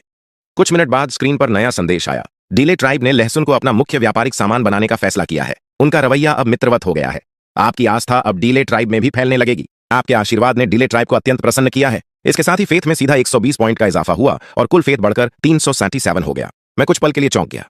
डिले ट्राइब साधारण नहीं था। सिर्फ उन्हें लहसुन का व्यापारिक अधिकार देने भर से इतना ज्यादा फेथ मिल गया। उनकी आबादी और ताकत पहले वाले फॉरेस्ट ट्राइब से कहीं ज्यादा लग रही थी। फिर मुझे एहसास हुआ कि यह स्वाभाविक था। जो कबीला 3 अलग अलग देवताओं के बीच आराम से संतुलन बना सकता हो, उसके पास जरूर जबरदस्त ताकत होगी। अगर वे कमजोर होते तो बर्बर कबीला उन्हें कब का खत्म कर चुका होता। आधी रात के करीब गार्लिक ट्राइब पर बर्बर लोगों ने दूसरी बार हमला कर दिया। 25 जंगली योद्धा जानवरों की खाल पहने और पत्थर की कुल्हाड़ियां लेकर पश्चिमी जंगल से टूट पड़े। लेकिन इस बार हालात अलग थे। गार्लिक ट्राइब के शिकारी पहले से तैयार थे। उन्होंने रक्षा पंक्ति समेट ली और दोनों हीरोज की कमान में दूर से तीरों की बारिश शुरू कर दी। बर्बर योद्धाओं के पूरे शरीर में तीर धंस गए। ऐसा लग रहा था कि उन्होंने पहले कभी धनुष बाण के खिलाफ लड़ाई नहीं लड़ी थी। वे सिर्फ अपनी खाल और शरीर के भरोसे आगे बढ़ रहे थे। आखिरकार जब वे शिकारियों तक पहुंचे, तब तक केवल 6-7 लोग ही बचे थे। संख्या में भारी बढ़त और धनुष के फायदे के कारण बर्बर पूरी तरह हार गए। कुछ मारे गए, कुछ भाग निकले और गार्लिक ट्राइब ने 4 बर्बर योद्धाओं को बंदी बना लिया। पैगंबर ने उनसे पूछताछ शुरू की, तुम्हारा कबीला कहाँ है? हम कभी धोखा नहीं देंगे। जिस दानव की तुम पूजा करते हो वो क्या है? हम महान देवता के भक्त हैं। तुम सब विधर्मी मरोगे। तुम लोगों की कुल संख्या कितनी है? हम कभी धोखा नहीं देंगे। चारों ने कुछ भी बताने से इनकार कर दिया। तब अनुभवी शमन ने दूसरा तरीका अपनाया, तुम्हारी बहादुरी और वफादारी ने हमारा सम्मान जीता है, लेकिन तुम हार चुके हो। वापस जाओगे तो तुम्हें अपने दानव और अपने ही कबीले से सजा मिलेगी। यहाँ पेट भरने के लिए गेहूं है, ज्यादा ताकतवर धनुष है, स्वादिष्ट लहसुन है, सूखा मांस है और नमक भी। अगर तुम गार्लिक ट्राइब में शामिल हो जाओ तो यह गद्दारी नहीं होगी, क्योंकि तब तुम महान याओ देवता की शरण में आ जाओगे। उनके संरक्षण में कोई दानव तुम्हें नुकसान नहीं पहुंचा सकेगा। चारों योद्धा कुछ देर चुप रहे, फिर उनके सिर पर एक्सक्लेमेशन मार्क उभर आए। गार्लिक ट्राइब में शामिल हो जाओ, गार्लिक ट्राइब में शामिल हो जाओ। शमन सच में लोगों को पहचानने में माहिर था। इसके बाद उन चारों ने सब कुछ उगल दिया। उनका कबीला पश्चिमोत्तर पहाड़ों में एक विशाल गुफा के पास था। कुल आबादी 82 लोगों की थी, जिनमें से 40 लड़ने लायक योद्धा थे। गुफा के पास एक मूर्ति थी, जानवरों की खाल पहने एक देवता की, जिसका नाम था बीस्ट डिवोरिंग गॉड। वह देवता उनसे जीवित बलि मांगता था और जानवरों की खाल उतारने को कहता था, इसलिए कबीले को लगातार लूटपाट और शिकार करना पड़ता था। कबीले में 2 बीस्ट ट्रांसफॉर्मेशन हीरोज पैदा हुए थे। उनमें से एक फॉरेस्ट ट्राइब पर हमले के दौरान गायब हो गया, जबकि दूसरा अभी भी कबीले में मौजूद था। मजेदार बात यह थी कि कुछ ही देर पहले जो लोग दुश्मन, दानव, कभी विश्वासघात नहीं चिल्ला रहे थे, वहीं अब आराम से पक्ष बदल चुके थे। उन्होंने जानवरों की खाल उतारकर चमड़े की जैकेट पहन ली, धनुष उठाए और बड़ी आसानी से गार्लिक ट्राइब में घुल मिल गए। मुझे सबसे ज्यादा हैरानी इस बात की हुई कि वह दानव देवता अपने कबीले को चलाना जानता ही नहीं था। वह बस अपने अनुयायियों को लगातार शिकार और लूटपाट करवाकर फेथ इकट्ठा करता रहता था। उसके लोगों की जिंदगी कैसी है, इससे उसे कोई मतलब नहीं था। लेकिन अब धनुष मिलने के बाद बर्बर कबीले का खतरा काफी कम हो चुका था। फिलहाल मेरी सबसे बड़ी प्राथमिकता थी फेथ बढ़ाना। यह एक तरह का रणनीतिक संसाधन था, जितना ज्यादा हो उतना बेहतर। दूसरी बार का हमला रोकने के बाद गार्लिक ट्राइब में स्थिरता आने लगी। डीले ट्राइब लगातार लोग भेजकर लहसुन और धनुष खरीदने लगा। बदले में वे नमक, औषधियाम और खेती के औजार बेचते थे। उन्होंने तो यहाँ एक लकड़ी का मकान बनाकर स्थायी दुकान तक खोल दी। व्यापार और संपर्क बढ़ने के साथ धनुषधारी शिकारी और दूर तक जाने लगे। गार्लिक ट्राइब में बाहर से और लोग आकर बसने लगे। आबादी बढ़कर 247 हो गई और फेथ 448 तक पहुंच गया। एक ही दिन में इतना फेथ बढ़ने से मेरे मन में दबा हुआ विचार फिर जाग उठा। मंदिर में मौजूद एपोस्टल को बदलने के लिए 500 फेथ चाहिए थे। अब सिर्फ 52 अंक कम थे। अगर थोड़ा और इंतजार करूं तो एनर्जी स्टाफ और कैक्टस सर्वेंट हर घंटे 2 फेथ की स्थायी बढ़ोतरी दे ही रहे थे। शायद काम बन जाए। लेकिन अगले दिन सुबह 8:30 बजे जब मैं ऑफिस जाने निकला, तब भी फेथ 459 पर अटका हुआ था। पूरे दिन मेरा ध्यान काम में नहीं लगा। कल वीकेंड था और मेरा बस चलता तो तुरंत घर भागकर सिम्युलेटर के सामने बैठ जाता। एनर्जी स्टाफ थकान मिटा देता था, लेकिन जैसे ही उससे दूर होता, शरीर की सारी मांसपेशियों का दर्द और थकावट वापस लौट आती। वह किसी शक्तिशाली स्टिमुलेंट की तरह था। कुछ समय तक ऊर्जा बनाए रखता, लेकिन इंसानी शरीर की सीमा नहीं बदल सकता था। आखिर नींद अभी भी जरूरी थी। मैं लगातार मंदिर में पड़े उस एपोस्टल के बारे में सोच रहा था। क्या वह सच में इतने बड़े निवेश के लायक था? आखिर वह फॉरेस्ट गॉड का खास सेवक था। शियाओ यान जैसा एक छोटा कैक्टस सर्वेंट भी इतना उपयोगी निकला था, तो एपोस्टल निश्चित ही उससे कहीं ज्यादा खास होगा। सबसे बड़ी बात यह थी कि मुझे नया एपोस्टल बनाने का कोई दूसरा तरीका नहीं मिला था। फिलहाल यही एकमात्र रास्ता था। जैसे तैसे ऑफिस की छुट्टी का समय आया, तभी बॉस ने अचानक नया काम दे दिया। मुझे 20 किलोमीटर दूर किसी बड़े आदमी को कॉन्सर्ट की टिकट पहुंचानी थी। जब तक मैं वापस घर पहुंचा, रात के 8 बज चुके थे। मैं पसीने से भीगा हुआ था, लेकिन कुछ भी सोचे बिना सीधे कंप्यूटर के सामने जा बैठा। फेथ अब 79 हो चुका था। ज्यादातर बढ़ोतरी जादुई वस्तुओं की वजह से हुई थी, क्योंकि आबादी का बढ़ना अब बहुत धीमा पड़ चुका था। इसलिए मैं पहले नहाने चला गया, फिर खिड़की के पास जाकर रात की ठंडी हवा लेने लगा और गली के स्ट्रीट लाइट को देखा। आज वहां कोई लटका हुआ नहीं था, जो कि नॉर्मल बात थी। अगर हर कुछ दिन में कोई ना कोई लटका मिले, तो वो डेमन प्लेयर सीधे पूरी पुलिस सिस्टम को चैलेंज कर रहा होता। मैं वापस कंप्यूटर के सामने आया। फेथ वैल्यू 501 दिख रही थी। मैंने टेम्पल इंटरफेस खोला और अपोस्टल वाले आइकन पर क्लिक किया। इसे रिवाइव करके आपके टेम्पल का अपोस्टल बनाने के लिए बहुत ज्यादा फेथ पावर चाहिए। क्या आप 500 फेथ पॉइंट्स खर्च करना चाहते हैं? मैंने माउस ऑप्शन पर रखा, लेकिन तुरंत क्लिक नहीं किया और पास रखे कैक्टस से पूछा, शियाओ यान, एक अपोस्टल को रिवाइव करने में इतना ज्यादा फेथ लगता है क्या? अपोस्टल हर गॉड का सबसे इंपॉर्टेंट सहायक होता है, इसलिए ये पूरी तरह वर्थ है। लेकिन इस कॉफिन वाली अपोस्टल को मैं नहीं जानता। मुझे नहीं पता इसकी क्या एबिलिटी है। तुम फॉरेस्ट गॉड के सारे अपोस्टल्स को जानते हो? हाँ, मुझे चीफ अपोस्टल फॉरेस्ट साहब याद हैं। वो बहुत पावरफुल थे, फॉरेस्ट स्पिरिट्स को समन कर सकते थे। बाकी अपोस्टल्स को मैंने कभी नहीं देखा। मैं टेढ़ी नजर से कैक्टस को देखते हुए बोला, मतलब तुम सिर्फ एक को ही जानते हो? शियाओ यान घबरा गया। गॉड सामा! मेरा मतलब सिर्फ इतना था कि मैं इस वाली को नहीं पहचानता। हर अपोस्टल की अलग पावर होती है। कोई बैटल में एक्सपर्ट होता है तो कोई इन्वेस्टिगेशन में, लेकिन एक अपोस्टल जरूरी होता है। आपको भी दुनिया में चलने वाला एक रिप्रेजेंटेटिव चाहिए। मैं दोबारा स्क्रीन की तरफ मुड़ा। ठीक है, करते हैं। जैसे ही मैंने क्लिक किया, फेथ वैल्यू सीधा गिरकर सिर्फ 1 रह गई। पिक्सल वर्ल्ड में नोटिफिकेशन आया, सोई हुई अपोस्टल ने आपकी पुकार सुन ली है। आपकी फेथ पावर ने उसके टूट चुके शरीर और सूख चुकी आत्मा को रिपेयर कर दिया है। वह मौत के सागर से तेजी से रिवाइव हो रही है। अपोस्टल फॉरेस्ट सोर्ड सुये आपकी इच्छा का पालन करेगी। आपके डिवाइन ऑर्डर्स को एग्जीक्यूट करेगी और आपकी फेथ की ज्वाला के लिए लड़ेगी। पत्थर का कॉफिन टूटकर बिखर गया। धूल हटने के बाद एक काले रोब में लिपटी हुई लड़की सामने दिखाई दी। सुइये की आंखों पर काली पट्टी बंधी हुई थी। उसके समुद्र जैसे हरे लंबे बाल पीछे बंधे थे। उसका शरीर फिर से नरम और जिंदा जैसा हो गया था और चेहरे की सारी दरारें गायब हो चुकी थीं। वो मंदिर में एक घुटने पर बैठकर मेरे सामने झुक गई। उसकी लंबी काली चोगा जमीन पर फैली हुई थी। वो मूर्ति की तरफ नहीं बल्कि स्क्रीन के सामने बैठे मेरी तरफ देख रही थी। हे महान देवता, सुइये अपनी सारी लॉयल्टी और फेथ आपको समर्पित करती है। स्क्रीन पर मैसेज आया कि मेरा पहला अपोस्टल जन्म ले चुका है और गार्लिक ट्राइब की फेथ पहले से ज्यादा मजबूत हो गई है। बो एंड एरो का ब्लेसिंग भी पूरी तरह दुनिया में फैल चुका था, लेकिन मेरा पूरा ध्यान सुइये के स्टेटस पैनल पर था। अपोस्टल लेवल 15, फॉरेस्ट स्वॉर्ड सुइये, अटैक 20, डिफेंस 20, नॉलेज 30, मना 30। उसके पास 3 एबिलिटीज थीं, wisdom level 15, dying prayer level 5 और फॉरेस्ट स्वॉर्ड लेवल 1 विजडम। बाकी एबिलिटीज को तेजी से बढ़ाने वाला बूस्टर था। डाइंग प्रेयर का मतलब था कि सुइये एक समनर टाइप नेक्रोमैंसर थी, जबकि फॉरेस्ट स्वॉर्ड उसकी सबसे खास ताकत थी। बैटल में वो होली स्वॉर्ड समन करके अपने सारे कॉम्बैट स्टैट्स बढ़ा सकती थी और लड़ाई के बाद फॉरेस्ट एलिमेंट क्रीचर्स क्रिएट कर सकती थी, यानी लड़ते लड़ते अपनी इलीट आर्मी तैयार कर सकती थी। उसकी ताकत गार्लिक ट्राइब के बाकी लोगों से इतनी अलग थी जैसे कोई high level player beginner village में आ गया हो। तभी मैंने देखा कि उसके सिर के ऊपर एक डायलॉग बॉक्स था जिसमें कोई टेक्स्ट नहीं बल्कि लंबी ब्लैंक इनपुट लाइन थी। मैंने टाइप किया, सुइये, क्या तुम मुझे देख सकती हो? वो उसी पोस्चर में झुकी रही और बोली, हे देवता, सुइये ने आपकी आवाज सुन ली है। मैंने पूछा, तुमने अपनी आंखें क्यों ढकी हुई हैं? सुइये बोली, मेरी आंखों में अब जीवन नहीं बचा। कभी कभी वे आंखों के गड्ढों से बाहर गिर जाती हैं, इसलिए मैंने उन्हें बांध रखा है ताकि दूसरे लोग डर न जाएं। तभी मुझे समझ आया कि अपोस्टल बाकी पिक्सल लोगों से सच में अलग थे। वो मेरे जैसे देवता प्लेयर से सीधे बात कर सकती थी। फिर मैंने तेजी से कीबोर्ड पर टाइप किया, जिस फॉरेस्ट गॉड की तुम सेवा करती थी वो आखिर नष्ट कैसे हुआ? फेथ की आग बुझ गई और देवताओं की सारी यादें भी मिटा दी गई। मैंने पूछा, तुम्हारा लेवल जल्दी बढ़ाने का सबसे फास्ट तरीका क्या है? सुइये बोली, फेथ पावर सबसे तेज तरीका है, लेकिन उसमें बहुत ज्यादा फेथ खर्च होती है। नॉर्मली अपोस्टल्स देवताओं के आदेश पूरे करके दुनिया में फेथ कलेक्ट करके एक्सप्लोरेशन, बैटल, रिचुअल्स और अंडरस्टैंडिंग के जरिए लेवल अप करते हैं।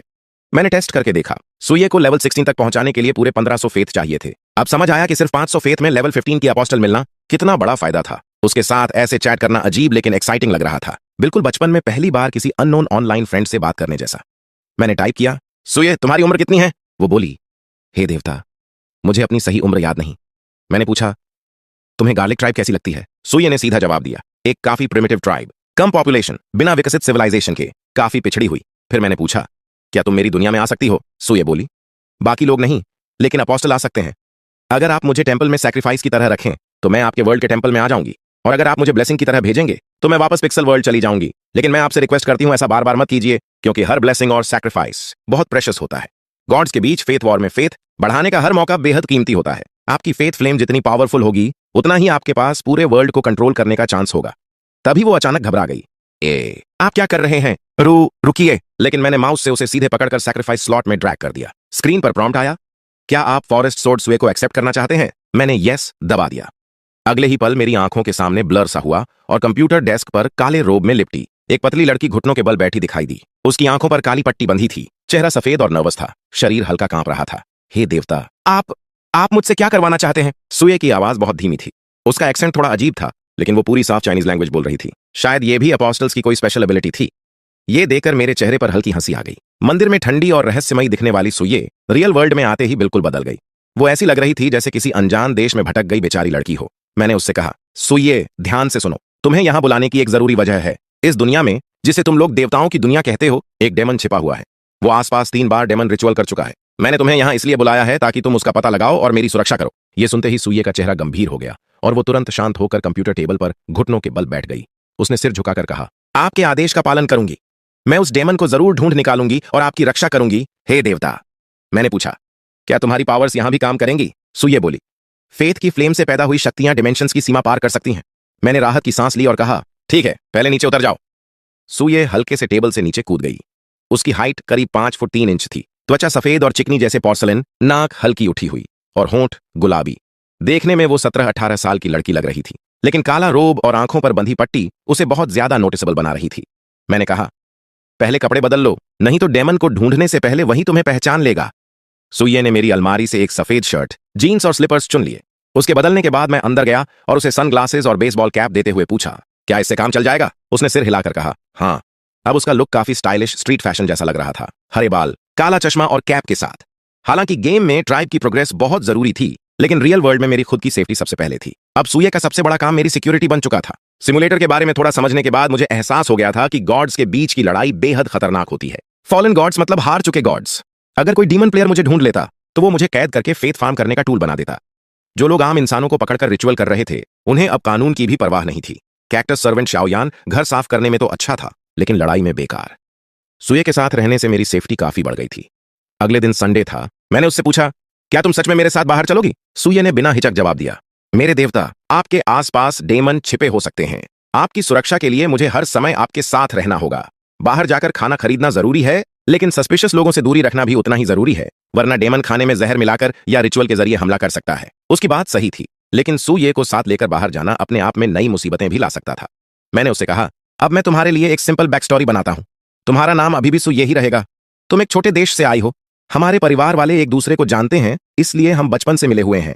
तुम बचपन से चीनी भाषा बोल सकती हो। तुम्हारी उम्र 18 साल है और तुम इस शहर में घूमने और छुट्टी मनाने आई हो। बाहर मुझे लिन याओ कहकर बुलाना, और अगर किसी सवाल का जवाब ना पता हो तो बस चुप रहना। सुये ने सिर झुकाकर कहा, जी। तैयारी पूरी होने के बाद मैं उसे लेकर बाहर निकला। सबसे पहले उसके लिए जूते खरीदने गए, क्योंकि उसके छोटे पैर मेरे जूते में फिट नहीं हो सकते थे। मॉल में उसे एक कैनवास शू पहनाकर देखा और मैं उसके लिए कुछ सस्ते कपड़े भी लेना चाहता था, लेकिन वो बार बार मना करती रही। उसने गंभीर चेहरे से कहा, लिन याओ, मैं खुद कपड़ा काटकर कपड़े बना सकती हूँ। पहले हमेशा ऐसे ही करती थी। जूते भी चमड़े और कपड़े से बन जाते हैं, या फिर पूरे शरीर को एक कपड़े से ढक लो, रात में वही कंबल बन जाता है। उसकी सीधी सादी बातों और मासूम चेहरे को देखकर मुझे थोड़ा बुरा लगा। लगता था कि सालों बाहर रहकर एक प्रेरित दूत की जिंदगी भी आसान नहीं होती। बाद में हम सब्जियों वाले सेक्शन में गए, जहां मैंने काफी सारा मांस, आलू, चावल और नूडल्स खरीदे, लगभग आधे महीने का राशन। तभी पीछे से किसी ने आवाज लगाई, लिन याओ। मैं पलटा तो देखा फांग दीदी थी अपने मंगेतर के साथ। दोनों ट्रॉली में हॉटपॉट का सामान भर रहे थे। मैंने मुस्कुराकर कहा, आप लोग भी खरीदारी करने आए हैं? फांग दीदी ने अपने साथी का परिचय कराया। ये मेरे बॉयफ्रेंड हैं। सही कहूं तो मंगेतर हान जी गांग, और ये हैं लिन याओ, हमारे ऑफिस के छोटे हैंडसम लड़के, बहुत अच्छे इंसान। हान जी गांग लंबा, सांवला और मजबूत दिखने वाला आदमी था। उसने मुस्कुराकर हाथ बढ़ाया, हेलो।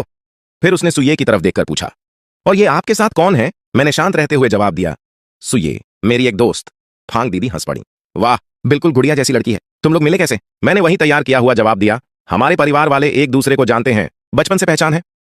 मैं ऊपर से शांत बना रहा, जबकि सुये चुपचाप खड़ी रही। फांग दीदी ने एक नजर उस पर डाली और ज्यादा सवाल नहीं किए। तभी हान जीगांग अचानक बोले, तुम जियुआन कम्युनिटी के मोटर फैक्ट्री डॉर्म में रहते हो ना? मैं सिटी क्रिमिनल इन्वेस्टिगेशन यूनिट में हूं। हान जीगांग ने कहा, उस दिन गली में जो घटना हुई थी, मैं भी वहां पहुंचा था। मैं मौके की जांच कर रहा था, लेकिन तुम्हारा बयान लेने दूसरे पुलिस वाले आए थे। तब मुझे समझ आया कि वो पुलिस ऑफिसर हैं। मैंने सिर हिलाया। फांग दीदी हैरानी से बोली, क्या बात है, इसका लिन याओ से भी संबंध है? हान जीगांग ने जवाब दिया, ये उन गवाहों में से एक हैं जिन्होंने पुलिस को फोन किया था। फिर फांग दीदी ने पूछा, ऑफिसर हान, वो पागल आदमी पकड़ा गया क्या? उन्होंने थोड़ा असहज होकर कहा, इस बारे में ज्यादा बताना ठीक नहीं है। फांग दीदी ने लंबी सांस ली, मतलब अभी तक नहीं पकड़ा गया। वो इंसान तो बहुत डरावना है। पीड़ित लोग शायद जिंदगी भर उस सदमे से बाहर ना निकल पाएं। नियमों की वजह से हान जीगांग ज्यादा कुछ नहीं बोल सके, बस इतना कहा, हम उसे जरूर कानून के हवाले करेंगे। उनसे अलग होने के बाद मैं और सू ये ढेर सारे सामान के बैग लेकर टैक्सी से वापस अपार्टमेंट लौट आए। सामान जमाने का काम मैंने शाओयान को दे दिया और खुद तुरंत कंप्यूटर के सामने बैठकर सिम्युलेटर चलाने लगा। सू ये मेरे पास बैठकर स्क्रीन देख रही थी। उसने धीरे से कहा, तो लोअर वर्ल्ड हाई वर्ल्ड से ऐसा दिखाई देता है। मैंने हंसकर कहा, बहुत ऊंचाई से देखने पर हर इंसान चींटी जैसा ही लगता है, बस नजरिए का फर्क है। सो ये कुछ सोचने लगी। ऊपर से वो शांत बैठी थी, जैसे सिर्फ गेम देख रही हो, लेकिन असल में कमरे की हर छोटी आवाज और हलचल पर नजर रख रही थी। तभी मैंने पूछा, सुये, अगर मैं तुम्हें यहां बुला सकता हूं तो क्या मंदिर के जरिए बाकी कबीले वालों को भी इस दुनिया में ला सकता हूं? उसने तुरंत गंभीर होकर कहा, कृपया ऐसा कभी मत कीजिए, ये बहुत खतरनाक है। लोअर वर्ल्ड के जीव जब हाई वर्ल्ड में आते हैं तो यहां मौजूद रहने की बुनियादी संरचना ना होने की वजह से नियमों की ताकत उन्हें तोड़ मरोड़ देती है। अगर उन्हें देवता की विश्वास अग्नि का संरक्षण ना मिले तो उनका शरीर और रूप हमेशा के लिए बदल जाता है और आखिर में वे डरावने राक्षस बन जाते हैं। फिर उसने समझाया, सिर्फ एपोस्टल ही थोड़े समय के लिए यहां रह सकते हैं, क्योंकि उनके अंदर देवता द्वारा दी गई विश्वास की अग्नि का बीज होता है, लेकिन लंबे समय तक रहने पर उन पर भी असर पड़ता है। अब मुझे समझ आया कि असली दुनिया ही हाई वर्ल्ड है और पिक्सेल वाली दुनिया लोअर वर्ल्ड। मैंने पीछे काम कर रही कैक्टस लड़की की तरफ इशारा किया, तो फिर शाओयान पर असर क्यों नहीं होता? सुये ने कहा, उसका मामला अलग है। कैक्टस सेवक मूल रूप से हाई वर्ल्ड में पैदा हुए थे और बाद में देवताओं ने उन्हें लोअर वर्ल्ड में भेजा। ऊपर से वो बहुत साधारण जीवन रूप हैं, इसलिए आसानी से अलग अलग माहौल में ढल जाते हैं। मैंने फिर पूछा, तुम यहां कितने दिन रह सकती हो? सुये ने शांत स्वर में जवाब दिया, करीब 15 दिन। उसके बाद आपको मुझे जरूर वापस भेजना होगा, वरना नियमों की ताकत मुझे भी विकृत कर सकती है। मैं अजीब रूप ले सकती हूं, शायद राक्षस भी बन जाऊं। मैंने पूछा, अगर वापस भेजने के बाद फिर बुलाऊं तो? उसने सिर हिलाकर कहा, उससे कोई दिक्कत नहीं होगी, लेकिन बेहतर होगा कि मैं कम से कम 3 दिन लोअर वर्ल्ड में रहूं, ताकि मेरा शरीर और अस्तित्व फिर से संतुलित हो जाए। अब मुझे पूरी बात समझ आ गई। ये कुछ फोन चार्ज करने और वैक्सीन लेने जैसा था। अगर सू ये इस दुनिया में बहुत ज्यादा समय तक रहती तो उसके बदलकर राक्षस बनने का खतरा था, लेकिन अगर वो समय समय पर वापस लोअर वर्ल्ड जाती रहे तो उसका रूप स्थिर रह सकता था। सारी तैयारी खत्म करने के बाद मैं फिर सिम्युलेटर पर लौट आया। स्क्रीन के ऊपर दाईं तरफ लिखा था जनसंख्या 264, विश्वास 21, लहसुन कबीले की आबादी। मेरी उम्मीद से काफी धीमी गति से बढ़ रही थी। ऐसा नहीं था कि लोग बच्चे पैदा नहीं कर रहे थे, बच्चे काफी जन्म ले रहे थे, लेकिन ज्यादातर बचपन में ही मर जाते थे। शुरुआत में बच्चों के बचने की दर 10% से भी कम थी, अब जाकर लगभग 30% हुई थी। बच्चों की मौत की वजह सिर्फ खराब सुविधाएं नहीं थीं, सबसे बड़ी समस्या डॉक्टरों की कमी थी। पूरे कबीले में सिर्फ एक ही डॉक्टर था, शामन। वही अकेला पूरे कबीले का इलाज संभाल रहा था। शामन लेवल 2 का था, पहले शिकारी रह चुका था और उसके पास लेवल 2 की हीलिंग शक्ति थी। इस दुनिया में नई जिंदगी जन्म लेती थी तो पुरानी जिंदगी खत्म भी होती थी। घायल लोग इलाज न मिलने से मर जाते, बूढ़े लोग धीरे धीरे खत्म हो जाते।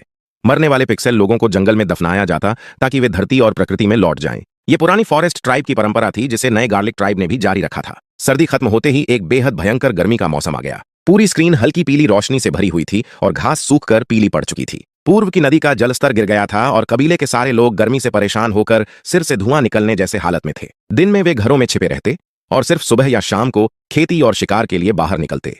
सूखा और तेज धूप लगातार बढ़ते गए तो लोग फिर मंदिर के चारों तरफ जमा होकर प्रार्थना करने लगे, हे याओ देव, कृपया हमें बारिश दीजिए। अगर ऐसे ही गर्मी रही तो गेहूं और लहसुन सब सूख जाएंगे और हम सब मर जाएंगे। इस बार मैंने भी देर नहीं की और सीधे 10 विश्वास अंक खर्च करके बारिश का चमत्कार इस्तेमाल कर दिया। लंबे समय बाद बारिश सूखी धरती पर बरसी और सारे लोग खुशी से देवता की स्तुति करने लगे। लेकिन उसी समय भविष्यवक्ता और शामन आपस में बात कर रहे थे। देवता ने बारिश देकर गर्मी कम कर दी, लेकिन हम हमेशा देवता पर निर्भर नहीं रह सकते। अगर फिर से ऐसा मौसम आया तो क्या होगा? हमें बारिश का फायदा उठाकर कोई स्थायी उपाय ढूंढना होगा। दोनों बुद्धिमान लोग बहुत देर तक सोचते रहे, लेकिन कोई हल नहीं मिला। आखिर मैंने उन्हें नदी के किनारे की ओर मार्गदर्शन दिया। नदी के किनारे घूमते घूमते अचानक शामन के सिर के ऊपर बल्ब जल उठा। वो उत्साहित होकर बोला, मुझे समझ आ गया, हम जमीन में एक लंबी नहर खोद सकते हैं जिससे नदी का पानी खेतों तक आए और जब बारिश होगी तो उसका पानी भी जमा किया जा सकेगा। ये सुनते ही भविष्यवक्ता और शामन दोनों ने पूरे कबीले को इकट्ठा कर लिया और सबको नहर खोदने का आदेश दिया। छोटे छोटे पिक्सेल लोग सुबह से रात तक मेहनत करने लगे। धीरे धीरे उन्होंने नदी का पानी खेतों तक पहुंचाया, बीच में एक छोटा तालाब बनाया और फिर दूसरी तरफ से पानी को वापस नदी में जोड़ दिया ताकि नहर का पानी हमेशा बहता रहे। तभी स्क्रीन पर लगातार संदेश आने लगे। गार्लिक ट्राइब ने नहर बनाना सीख लिया है, उन्हें सिंचाई और जल निकासी की समझ मिल गई है। फिर दूसरा संदेश आया, सिंचाई सीखने से खेतों की पैदावार बढ़ गई। तीसरा संदेश था, नई तकनीक सीखने के कारण गार्लिक ट्राइब को दूसरे कबीलों में प्रतिष्ठा मिली। सूखा अभी भी जारी था, लेकिन शुरुआती नहर बन जाने के बाद कम से कम पीने का पानी और खेती की सिंचाई सुरक्षित हो गई। धीरे धीरे लोगों का डर कम होने लगा। लेकिन तभी इस लंबे सूखे के बीच बर्बर कबीला तीसरी बार हमला करने आ पहुंचा। इस बार कुल 32 बर्बर आए थे। बूढ़ों और बीमारों को छोड़ दें तो ये लगभग पूरे कबीले की ताकत थी। वे चिल्ला रहे थे, पानी और खाना सौंप दो। उनकी हालत देखकर मुझे हंसी आ गई। खुद भूख और प्यास से मर रहे थे, लेकिन फिर भी काफिर चिल्ला रहे थे। मैंने मन ही मन सोचा, भीख मांगनी है तो पहले घुटनों पर तो आओ। मगर अब का गार्लिक ट्राइब पहले जैसा कमजोर नहीं था। शिकारी लोग धनुष लेकर आसानी से बर्बरों को गिराने लगे। लड़ाई में 12 बर्बर मारे गए और बाकी 20 को पकड़ लिया गया। सूखे ने उन्हें पूरी तरह तोड़ दिया था। वे अब लड़ने की इच्छा भी खो चुके थे। शामन ने बस थोड़ा समझाया और वे तुरंत घुटने टेक कर गार्लिक ट्राइब में शामिल होने को तैयार हो गए। वे जोर जोर से चिल्ला रहे थे, हम कभी धोखा नहीं देंगे। मुझे सच में शक हुआ कि शायद वे पहले से ही गार्लिक ट्राइब में शामिल होना चाहते थे, लेकिन उनकी सीधी सादी सोच को समझ नहीं आ रहा था कि दोस्ती कैसे मांगी जाए। या शायद योद्धाओं का घमंड उन्हें पहले लड़ने और फिर हारकर समर्पण करने पर मजबूर करता था ताकि उनकी इज्जत बनी रहे। बर्बर लोग अपने ट्राइब की हालत बताते हुए बोले कि बहुत ज्यादा गर्मी की वजह से उनके कई लोग मर गए। ना खाना बचा है ना पानी, ऊपर से डेमन भगवान को लगातार बलि चाहिए थी। यहां तक कि ट्राइब के हीरो को भी डेमन ने बलि बनाकर खा लिया। इसलिए वो लोग हर जगह लूटपाट कर रहे थे और जब कहीं जीत नहीं पाए तो यहां आ गए। इससे मेरा शक और पक्का हो गया कि वह डेमन प्लेयर कोई एलीट टाइप खिलाड़ी नहीं था। उसके लिए बर्बर ट्राइब सिर्फ इस्तेमाल करने के टूल थे। वह बस उन्हें शिकार पकड़कर बलि चढ़ाने के लिए मजबूर करता था, यहां तक कि अपने हीरो को भी नहीं छोड़ा। बर्बर ट्राइब अब नाम मात्र का रह गया था। मैं सोच रहा था कि सूखा खत्म होने के बाद उनके बचे हुए लोगों को भी खत्म कर दूं, लेकिन उससे पहले ही वे टूट गए। प्रकृति की ताकत सब पर बराबर पड़ती है। ऐसे समय में वही लोग बचते हैं जो माहौल के हिसाब से खुद को ढाल सकें। कम से कम एक बड़ी चिंता तो खत्म हुई। मैं आराम से खिंचाव लेते हुए उठा ही था कि मेरे पास बैठी सू ये अचानक खिड़की की तरफ देखने लगी और गंभीर आवाज में बोली, मालिक, मुझे डेमन की आभा महसूस हो रही है। मैं तुरंत खिड़की तक गया। बाहर रात हो चुकी थी। गली और सड़क पूरी तरह खाली थीं। इलाके में पहले से अजीब घटनाएं होने की वजह से सड़क पर सिर्फ एक सफेद जंगली कुत्ता घूम रहा था। मैंने पूछा, कहां? सुये ने सड़क के मोड़ की तरफ इशारा किया। वहां एक अधेड़ आदमी नशे में पड़ा था और उसके पास उल्टी फैली हुई थी। तभी वह जंगली कुत्ता उसके पास गया, उसे सूंघा और अचानक उसके कपड़े दांतों से पकड़कर धीरे धीरे पार्किंग वाली गली की तरफ घसीटने लगा। सुये ने तुरंत कहा, मालिक, मुझे डेमन का शिकार करने का आदेश दीजिए। मैंने पूछा, अगर तुम चली गई तो मैं तुमसे संपर्क कैसे करूंगा? सुये बोली, मेरी आंखों के जरिए। इतना कहकर उसने अपना बायां हाथ नेत्र गोलक निकाल लिया। वह सफेद आंख हरी पुतली के साथ किसी कीमती रत्न जैसी ठंडी चमक दे रही थी, जैसे कोई प्राचीन कलाकृति हो। फिर उसने कहा, मालिक, मैं अपनी आस्था की शक्ति से जो भी देखूंगी वह सब इस आंख के जरिए आपको दिखाई देगा। आप भी इसी आंख के जरिए मुझे नए आदेश दे सकते हैं। मैंने बहुत सावधानी से वह आंख अपने हाथ में ली और कहा, सावधान रहना, किसी को अपनी असली पहचान मत पता चलने देना। जी मालिक। इतना कहकर सुये का शरीर काली धुंध से ढक गया और वह खिड़की से छलांग लगाकर रात के अंधेरे में गायब हो गई। मैं हाथ में पकड़ी उस ठंडी और चिकनी आंख की हरी पुतली को घूर ही रहा था कि अचानक मेरी आंखों के सामने कमरे से बिल्कुल अलग एक नया दृश्य उभर आया। सड़क के दोनों तरफ की लाइटें तेजी से पीछे छूट रही थीं। सुये बहुत तेज रफ्तार से अपने लक्ष्य का पीछा कर रही थी। वह मुड़कर पार्किंग वाली गली में घुसी और रुककर सामने देखने लगी। पीली धुंधली रोशनी के नीचे वह सफेद जंगली कुत्ता अचानक फूलने लगा। उसके अगले पैर सीधे हो गए, शरीर की खाल बीच से फट गई, उलझे हुए तैलीय बाल बाहर निकले, दाढ़ी से भरे चेहरे से सफेद भाप निकल रही थी और उसकी खून से भरी आंखें किसी इंसान और जानवर के मिले जुले राक्षस जैसी लग रही थीं। तभी मुझे अचानक एहसास हुआ कि यह तो उसी बर्बर हीरो का हाई डेफिनेशन वर्जन था। वह पशु मानव उस नशे में पड़े आदमी के कपड़े फाड़ रहा था ताकि उसकी त्वचा खुल जाए। फिर उसने उसके ऊपर खून उगला और पंजों जैसे हाथों से उस खून में अजीब चिन्ह बनाने लगा। तभी सुये एक काली परछाई की तरह बिजली की रफ्तार से आगे बढ़ी। पता नहीं उसने कहां से एक जंग लगी लोहे की पाइप उठा ली और जोरदार वार सीधे उस राक्षस के सिर पर दे मारा। जोरदार धमाके के साथ वह राक्षस पास खड़ी एक टूटी पुरानी कार के शीशे से जा टकराया और कांच के टुकड़े हर तरफ बिखर गए। लेकिन इतने जोरदार वार के बाद भी उसके सिर में बस हल्का गड्ढा पड़ा और वह फिर उठने की कोशिश करने लगा। तभी सुये ने पाइप को फिर ऊपर उठाया और लगातार 1, 2, 3 बार पूरी ताकत से उसके सिर पर दे मारा। कुछ ही सेकंड में उस राक्षस के हाथ ढीले पड़ गए और उसका शरीर बिल्कुल शांत हो गया। मैं यह देखकर दंग रह गया। मैंने सोचा था वह कोई समनिंग वाली नेक्रोमेंसर होगी, लेकिन यह तो पूरा फिजिकल स्वॉर्ड मास्टर निकली। तभी आंख के जरिए सुये की आवाज सुनाई दी, मालिक, यह एक डेमन फॉलोअर था, शायद इसकी पहचान हीरो की थी। उसकी बात सुनकर मुझे एहसास हुआ कि असली डेमन अभी भी कहीं अंधेरे में छिपा हुआ है। सुये बोली, हाँ, वह शायद कहीं से हमें देख रहा है, लेकिन दुनिया के नियमों की वजह से मैं डेमन भगवान की असली पहचान नहीं जान सकती। मैं सिर्फ उसके अनुयायियों के अंदर मौजूद आस्था की शक्ति को महसूस कर सकती हूं, इसलिए उसकी सही लोकेशन पता करना मुश्किल है। मैंने पूछा, क्या वह डेमन फॉलोअर अभी जिंदा है? सुये बोली, हाँ, लेकिन वह लो वर्ल्ड से यहां आने के बाद पूरी तरह राक्षस में बदल चुका है। अब वह सिर्फ डेमन भगवान के कंट्रोल में चलने वाली लाश जैसा है। फिर उसने शांत आवाज में कहा, ऐसे मामलों में सामान्य तरीका यही होता है कि उन्हें मार दिया जाए। एक बार राक्षस बनने के आफ्टर वे वापस अपनी पुरानी अवस्था में नहीं लौट सकते। उन्हें खत्म करना ही उनके लिए आखिरी दया होती है।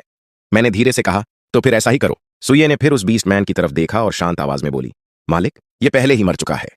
धंसी हुई कार पर अब सिर्फ एक काला जला हुआ इंसानी निशान बचा था, जैसे किसी इंसान की राख वहां चिपक गई हो। सुये ने झुककर कहा, मुझे माफ कर दीजिए मालिक, बहुत समय से मैंने लड़ाई नहीं की थी। मैंने खुद को रोकने की पूरी कोशिश की, लेकिन वो बहुत कमजोर था। मेरी इतनी सी ताकत भी उसके लिए जानलेवा बन गई। कृपया मुझे सजा दीजिए। मैंने सांस छोड़ते हुए कहा, छोड़ो, वैसे भी नतीजा यही होना था। तभी अचानक मेरी नजरों के सामने का दृश्य जोर से हिलने लगा और अगले ही पल सब कुछ रुक गया, जैसे किसी ने वीडियो पॉज कर दिया हो। सुये, सुये, लेकिन कोई जवाब नहीं आया। उसका शरीर बिल्कुल स्थिर हो गया था और उसकी नजर अब सिर्फ सामने की स्ट्रीट लाइट पर टिकी हुई थी। मुझे तुरंत समझ आ गया कि शायद उस डेमन प्लेयर ने कोई चाल चल दी है। मैं शांत रहकर हालात देखने लगा और सोचने लगा कि क्या करना चाहिए। तभी एक मास्क पहना हुआ इंसान नजर आया। उसकी हुडी उसके आधे चेहरे को छिपा रही थी। वह हंसते हुए बोला, आखिरकार तुझे पकड़ ही लिया। तूने मुझे बहुत ढूंढवाया, छिपने में काफी माहिर है ना। फिर उसने ठंडी आवाज में कहा, अब तेरी फेथ फायर में ले जाता हूं। तभी अब तक जमी खड़ी सुये अचानक बिजली की तरह हरकत में आई और उसने सामने वाले की कलाई कसकर पकड़ लिया। सामने वाला डर से कांप उठा। नामुमकिन, बीस्ट ट्रांसफॉर्मेशन रिचुअल तो शुरू हो चुका था, तेरे पास अभी भी होश कैसे है? उसने घबराकर पूछा। तू आखिर है कौन? सुये ने आंख के जरिए मुझसे पूछा। मालिक, क्या इस डेमन को खत्म कर दूं? आमतौर पर यही तरीका होता है। मैंने तुरंत कहा, रुको, पहले सोचने दो, इसकी हुडी हटाओ। सुये ने उसका हुड खींचकर उतार दिया। अंदर से सुनहरे बालों वाली एक जवान लड़की का चेहरा सामने आया। वो हेयर ड्रेसर एनजी थी। वह हैरानी और डर से सुये को घूर रही थी। उसकी आंखों में उलझन साफ दिख रही थी। अब जब सुये उससे सवाल पूछ रही थी, एनजी बिना किसी हिचकिचाहट के सब बताने लगी। शायद उसे पता था कि अब उसके पास कोई सौदेबाजी करने का मौका नहीं बचा, या फिर उसे फर्क ही नहीं पड़ता था। मुझे जल्दी ही पूरी सच्चाई समझ आ गई। एनजी ने जानबूझकर खुद को पीड़ित दिखाया था ताकि अपनी असली पहचान छिपा सके। उसने बर्बर कबीले के हीरो को असली दुनिया में बुलाकर बीस्ट रिचुअल करवाया था, जिसमें लोगों के कपड़े उतारकर उनके सिर पर ब्लड कर्स लगाया जाता और फिर उन्हें लटका दिया जाता था। उस रिचुअल का शिकार बनी लड़की और डिलीवरी बॉय दोनों आम इंसान नहीं थे, बल्कि सिम्युलेटर प्लेयर्स थे। इस पूरे रिचुअल की असली चाबी एक छोटा सा बीस्ट टोटम था, जो उस बर्बर हीरो के माथे में लगा हुआ था। जो भी लंबे समय तक उस टोटम को देखता, उसकी समझ, याददाश्त और होश धीरे धीरे खत्म होने लगते। तभी एनजी के चेहरे पर अचानक गुस्सा उभर आया। एनजी गुस्से से भरकर बोली, तुम जैसे हाई लेवल प्लेयर आखिर सेफ जोन में कैसे रह सकते हो? वो कमेटी वाले भी कमाल हैं। हम जैसे नॉर्मल प्लेयर्स को ही दबाते रहते हैं, लेकिन तुम लोगों को देखकर अनदेखा कर देते हैं। क्या कोई इंसाफ बचा भी है? मेरी बात मानकर सुये पूरे समय चुप रही और खुद को किसी रहस्यमयी एक्सपर्ट की तरह पेश करती रही। ज्यादा बोलने से गलती होने का खतरा था, इसलिए चुप रहना ही सबसे सुरक्षित तरीका था। एनजी की आंखों में सुये के लिए जलन और ईर्ष्या साफ दिख रही थी। उसने धीरे से अपनी जेब से 3 चीजें निकाली और बोली, जीतने वाला राजा होता है और हारने वाला हार मानता है। ये बात मैं समझती हूँ। इस बार मेरी किस्मत खराब थी जो मैं तुम लोगों से टकरा गई। अब मेरे पास बस यही बचा है। उसने कड़वी हंसी के साथ कहा, मैं भी पहले क्रॉलिंग जोन तक पहुंच चुकी हूं, लेकिन एक कमीने ने मेरा वंडर नष्ट कर दिया और मैं फिर से सेफ जोन में गिर गई। मैं बस बीस्ट रिचुअल का इस्तेमाल करके थोड़ा एक्स्ट्रा फेथ कमाना चाहती थी ताकि जल्दी वापस जा सकूं। फिर उसने थके हुए चेहरे से कहा, अब मेरे पास सिर्फ एक बर्बर ट्राइब बची थी, वो भी सूखे की वजह से खत्म हो गई। अब मारना है या छोड़ना है तुम्हारी मर्जी, वैसे भी कमेटी पहले ही मेरे पीछे पड़ी हुई है। मैंने शांत आवाज में कहा, खुद जाकर सरेंडर कर दो, यहीं इस मामले को खत्म करते हैं। एंजी ने बिना झिझक अपना फोन निकाला और सीधे पुलिस को कॉल कर दिया। हेलो पुलिस, वही लड़की बोल रही हूं जिसने लोगों को लटकाया था? हाँ वही। मैं सरेंडर करना चाहती हूं। मेरा नाम एनजी है। मैं 9 युआन कम्युनिटी के नानपू अपार्टमेंट बिल्डिंग 3 रूम 701 में रहती हूं। करीब आधे घंटे बाद एनजी एक सफेद बंद कमरे में बैठी थी। वह सामने की तरफ देखकर बोली, मैं पहले ही कह चुकी हूं, वो आदमी ऐसा हाई लेवल प्लेयर था जिसे सेफ जोन में नहीं होना चाहिए था। मेरा स्किन पीलिंग टोटम उस पर बिल्कुल असर नहीं कर पाया। उसने सिर्फ 3 बार में मेरे लेवल 7 बर्बर हीरो को मार डाला। उसका पूरा शरीर काली धुंध से ढका हुआ था। वो या तो क्रॉलिंग जोन का बहुत हाई लेवल प्लेयर है या फिर कोई हाई लेवल अपोस्टल। किसी भी हालत में वो सेफ जोन के लोगों से बहुत ऊपर है। उसके सामने नीली ईंटों से बनी एक अजीब दीवार थी जिसकी सतह पानी की तरह धीरे धीरे हिल रही थी। तभी दीवार के अंदर से एक भारी आवाज गूंजी, युआन एनजी, कमेटी अब तुम्हारी सजा घोषित करती है। तुमने सेफ जोन में आम प्लेयर्स को नुकसान पहुंचाया, अवैध रूप से फेथ लूटा और समाज का संतुलन बिगाड़ा, इसलिए तुम्हें 10 साल की कैद की सजा दी जाती है। जब तक तुम दोबारा क्रॉलिंग जोन में प्रवेश नहीं कर लेती, यह सजा जारी रहेगी। फैसला तुरंत लागू होता है। अगले ही पल पूरा कमरा अंधेरे में डूब गया। सिर्फ मेज पर रखी स्क्रीन की हल्की रोशनी एनजी के चेहरे पर पड़ रही थी, जहां उसकी बेबसी और नाराजगी साफ दिखाई दे रही थी। फिर उसने गहरी सांस ली। एनजी ने गुस्से में सांस छोड़ी और कंप्यूटर के सामने बैठकर डेस्कटॉप पर मौजूद अकेले आइकन गॉड सिम्युलेटर पर क्लिक किया। लेकिन जैसे ही गेम खुला, उसने गुस्से से मेज पर मुक्का मार दिया। हाई लेवल प्लेयर्स तो ठीक है, अब एक नौसिखिया भी मुझे आंखें दिखाने लगा। मेरा ट्राइब और रास्ता दोनों बर्बाद कर दिया। याओ गॉड, छोटा कमीना। तभी सुये ने अपने दोनों हाथ आगे बढ़ाए और बोली, मालिक, ये डेमन की तरफ से मिले बलिदान है। उसके हाथों में 3 चीजें थीं। मैंने सबसे पहले एक काली मूर्ति उठाई। उसका आकार किसी सील या स्टैंप जैसा था, लेकिन वो किसी नरम काले कीचड़ जैसी लग रही थी। उसका स्पर्श रबर और मिट्टी के बीच जैसा था। उस काले पदार्थ के अंदर कई आंखें छिपी हुई थीं, जो गहरे लाल रंग में चमक रही थीं और उसे बेहद डरावना बना रही थीं। Skin peeler idol level 3। यह हर घंटे 3 फेथ देता था, साथ में 2 अटैक पॉइंट बढ़ाता था और 20 ट्रांसफॉर्मेशन रिचुअल शुरू कर सकता था। उसकी शक्ति किसी जीवित बलि की समझ, याददाश्त और होश को छीनकर उसे खतरनाक स्किन पीलिंग मॉन्स्टर में बदल देती थी, जिससे फेथ हासिल किया जा सकता था। तभी मुझे समझ आया कि एनजी क्यों कह रही थी कि वो इससे एक्स्ट्रा फेथ कमाती थी। असल में वो दूसरे प्लेयर्स को उस रहस्यमयी स्किन पीलर के हवाले करके फेथ हासिल कर रही थी। यह मूर्ति किसी स्पेशल कॉन्सेप्ट अटैक की तरह काम करती थी। पहले जिन 2 प्लेयर्स पर हमला हुआ था, उन्हें शायद कभी अंदाजा भी नहीं हुआ होगा कि असली खतरा वो बीस्ट मैन या ब्लड कर्स नहीं, बल्कि यही छोटी सी दिखने वाली मूर्ति थी। सबसे डरावनी बात यह थी कि इस आइडल का लेवल भी बढ़ सकता था, यानी यह लगातार मजबूत होने वाली ग्रोथ टाइप आइटम थी।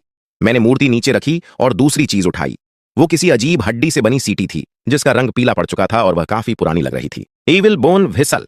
यह हर घंटे 2 फेथ देती थी। इसे फूंकने वाला इंसान अपनी अक्ल खो चुके मॉन्स्टर्स और जानवरों को कंट्रोल कर सकता था। इसकी ताकत समझना आसान था। स्किन पीलर आइडल और बोन व्हिसल साथ मिलकर बिल्कुल 1 + 1 ग्रेटर दैन 2 जैसा कॉम्बिनेशन बनाते थे।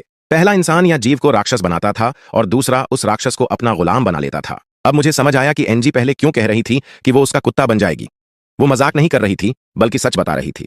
आखिर में मैंने तीसरी चीज उठाई। वो एक चिट्ठी थी जिस पर लाल मोम की सील लगी हुई थी। हल्का सा खींचते ही वो खुल गई और अंदर से 2 पीले पड़े पुराने कागज निकले।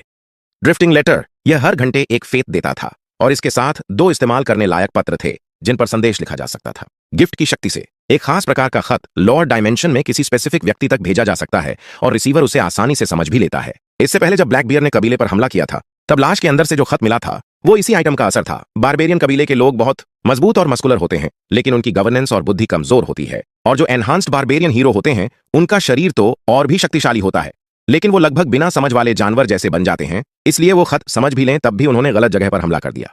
मैंने सोचा, स्किनर आइडल के बीस्ट ट्रांसफॉर्मेशन रिचुअल का पैटर्न मेरे डेवलपमेंट स्ट्रैटेजी के बिल्कुल ऑपोजिट है। भले ही फेथ लेना जल्दी तरीका है, लेकिन असल में ये मुझे स्किनर्स के लिए काम करवाकर उनके लिए ही हेट क्रिएट करने जैसा है। लेकिन ये एक्सेसरी के तौर पर ठीक है, कम से कम +2 स्ट्रेंथ तो मिलती है। सुए, ये चीज तुम्हें यूज करनी है। कोशिश करना बीस्ट ट्रांसफॉर्मेशन रिचुअल का इस्तेमाल मत करना। इसे बस ऑर्नामेंट की तरह पहनना। जी महान देव। और ये ईविल बोन विसल भी तुम्हें दे रहा हूं। ये दोनों एक कॉम्बो है। इन्हें सुई को देना सबसे सही रहेगा। वैसे जो आइटम्स काम के नहीं हैं, उनका क्या किया जाए? महान देव, उन्हें सीधे टेंपल की फायर में यानी फेथ फ्लेम में डालकर जला दो। उससे कुछ फेथ मिल जाएगा। 3 लूट आइटम्स में से मैंने ड्रिफ्टिंग लेटर अपने पास रख लिया। ये चीज एनकी के हाथ में यूजलेस थी क्योंकि बारबेरियन ट्राइब में कोई स्कॉलर नहीं था, लेकिन मेरे लिए ये एक यूजफुल कंज्यूमेबल बन गई। इसकी मदद से मैं डायरेक्टली प्रॉफिट्स और शामन्स को मैसेज भेज सकता था। बीच के इनडायरेक्ट प्रोसेस की जरूरत नहीं पड़ेगी। मेरा मूड अच्छा हो गया। सबसे पहले मैंने अंधेरे में छुपे डीमन एनकी को पकड़वाकर बिगेस्ट सिक्योरिटी थ्रेट खत्म कर दिया। भले ही वो फिर भागने की कोशिश करे, अब मुझे उसकी असली आइडेंटिटी पता है और उसे मेरी नहीं पता। पहले एनिमी हिडन था, और मैं विजिबल। अब एनिमी विजिबल है और मैं हिडन हूं। एडवांटेज मेरे पास है। फिर मुझे 3 हाई वैल्यू लूट मिले और सिर्फ 6 फेथ पर आवर की फिक्स्ड इनकम ने ही मुझे हंसा दिया। इसके साथ कैक्टस फॉलोवर और एनर्जी स्टाफ मिलाकर टोटल 8 पर आवर हो गया, यानी एक दिन में 192 फेथ। पहले फेथ की कमी रहती थी और मिरेकल्स सोच समझकर यूज करने पड़ते थे, लेकिन अब आराम से बारिश भी करवा सकता हूं और जिसे चाहूं उसे लाइटनिंग भी मार सकता हूं। लेकिन सिम्युलेटर पर वापस जाने से पहले एक और जरूरी सवाल था। सुये, तुमने अपनी कोई भी एबिलिटी यूज क्यों नहीं की? हे देवता, मरते समय की प्रार्थना मेरी माना को कंज्यूम कर देती है और इतने कमजोर दुश्मनों के खिलाफ उसे यूज करना वर्थ नहीं है। और फॉरेस्ट सोर्ड का क्या? लड़ाई का टारगेट बहुत वीक था, इसलिए फॉरेस्ट सोर्ड का इफेक्ट ट्रिगर ही नहीं हो पाया। मैं थोड़ा डिसअपॉइंटेड हुआ और अपनी आंख सुये को वापस दे दी। उसने बहुत नेचुरली उस आई को उठाकर अपने गॉगल्स के नीचे आई सॉकेट में फिट कर लिया। फिर मैं वापस सिमुलेशन पर फोकस करने लगा। मैं भले ही अनकी जैसे रियल इंसान को सीधे मार नहीं सकता था, लेकिन उसके बारबेरियन ट्राइब पर बहुत हार्ड एक्शन लेने की हिम्मत मेरे अंदर थी, और वो भी काफी ज्यादा। मुझे लग रहा था कि एनकी अभी पुलिस स्टेशन में फंसी होगी, इसलिए वो सिमुलेशन ऑपरेट नहीं कर पाएगी। मैंने सीधे मिरेकल मेन्यू खोला और अर्थक्वेक सिलेक्ट किया, लेकिन इसके लिए पार्टी फेथ चाहिए थे और मेरे पास सिर्फ ड्वेंट फेथ थे, इसलिए यूज नहीं कर सका। समय बहुत क्रिटिकल था, डिले करने का कोई फायदा नहीं था। मैंने जल्दी से एक पेन उठाया और ड्रिफ्टिंग लेटर पर लिख दिया, बारबेरियन ट्राइब का फेथ वाला डीमन खत्म हो चुका है, इस मौके को मत छोड़ो। तुरंत उस बारबेरियन ट्राइब को कॉन्कर करके मर्ज करो और थ्रेट खत्म करो। फिर मैंने उस लेटर को माउस पर रख दिया। क्या आप ये ड्रिफ्टिंग लेटर अपने फॉलोवर को देना चाहते हैं? हाँ। पहले की तरह इस बार छोटे पिक्सल लोगों को एहसास भी नहीं हुआ कि कोई डिवाइन ब्लेसिंग आई है। लेटर हवा में फ्लोटिंग होकर पिक्सल वर्ल्ड में चला गया। मैंने उसे ड्रैग करके सीधे प्रॉफिट पर डाल दिया। प्रॉफिट के ऊपर एक एक्सक्लेमेशन मार्क आया। डिवाइन रेवलेशन, बारबेरियन ट्राइब का डीमन डिफीट हो चुका है। प्रॉफिट और शमन तुरंत एक्शन में आ गए। गार्लिक ट्राइब ने 30 एलीट हंटर्स भेजे, जिनमें 2 हीरोज थे। वो तेजी से माउंटेन एरिया में गए और बारबेरियन ट्राइब का लोकेशन ढूंढ लिया। वहां छोटा सा ट्राइब था, सिर्फ 20-25 लोग बचे थे। सब जमीन पर बेहोश पड़े थे और उनके ऊपर ग्रे गोस्ट लाइक स्टेटस दिख रहा था, बहुत वीक हालत में। अगर गार्लिक ट्राइब अटैक भी न करती तो भी वो कुछ दिनों में खत्म हो जाते। दोनों हीरोज ने आसानी से सभी बारबेरियन को कैप्चर कर लिया और केव के पास वाली ईवल स्टैच्यू को डिस्ट्रॉय कर दिया। इसके बाद गार्लिक ट्राइब और बारबेरियन ट्राइब मर्ज हो गए और फेथ इंक्रीज हो गया। फेथ 51 पॉइंट्स बढ़कर टोटल 71 हो गया। मैं केव की तरफ देख रहा था, जो बहुत सस्पिशियस लग रहा था, लेकिन मैंने पिक्सल लोगों को रिस्क में डालना सही नहीं समझा और तुरंत अर्थक्वेक सेलेक्ट कर दिया। 40 फेथ कंज्यूम हुआ और पूरी एरिया में माउंटेन कोलैप्स हो गया। बड़े पत्थर गिर गए और केव का एंट्रेंस पूरी तरह बरी हो गया। ऐसा करने से अगर गिरा हुआ गुफा में कोई भी असामान्य चीज होगी तो मुझे तुरंत पता चल जाएगा। स्क्रीन पर एक मैसेज आया, पास में जिस देवता का विश्वास पूरी तरह खत्म हो गया है, उसके अनुयायी अब नए देवता की तलाश शुरू करेंगे। छुट्टियां आती जाती रहती हैं, लेकिन नौकरी कभी खत्म नहीं होती। मैं अपने ऑफिस सीट पर बैठकर फाइलें व्यवस्थित कर रहा था, तभी फांग पास आकर बोली, वो छोटी लड़की सुये गुड़िया जैसी लगती है, काफी क्लासी भी है। किसी बड़े घर की बेटी है क्या? तुम दोनों शादी कब कर रहे हो? मैं पानी पीते पीते लगभग खांस ही गया और बोला, हम सिर्फ दोस्त हैं। वो हंसकर बोली, छोड़ो ये नाटक, वो तुम्हारी शर्ट पहनकर तुम्हारे साथ मार्केट घूमती है, फिर वो गर्लफ्रेंड नहीं तो क्या है, नौकरानी है। मैं कहना चाहता था कि वो सच में मेरी अपोस्टल है, लेकिन बस टालते हुए बोला, नहीं ऐसा कुछ नहीं है, तुम जैसा सोच रही हो वैसा नहीं है।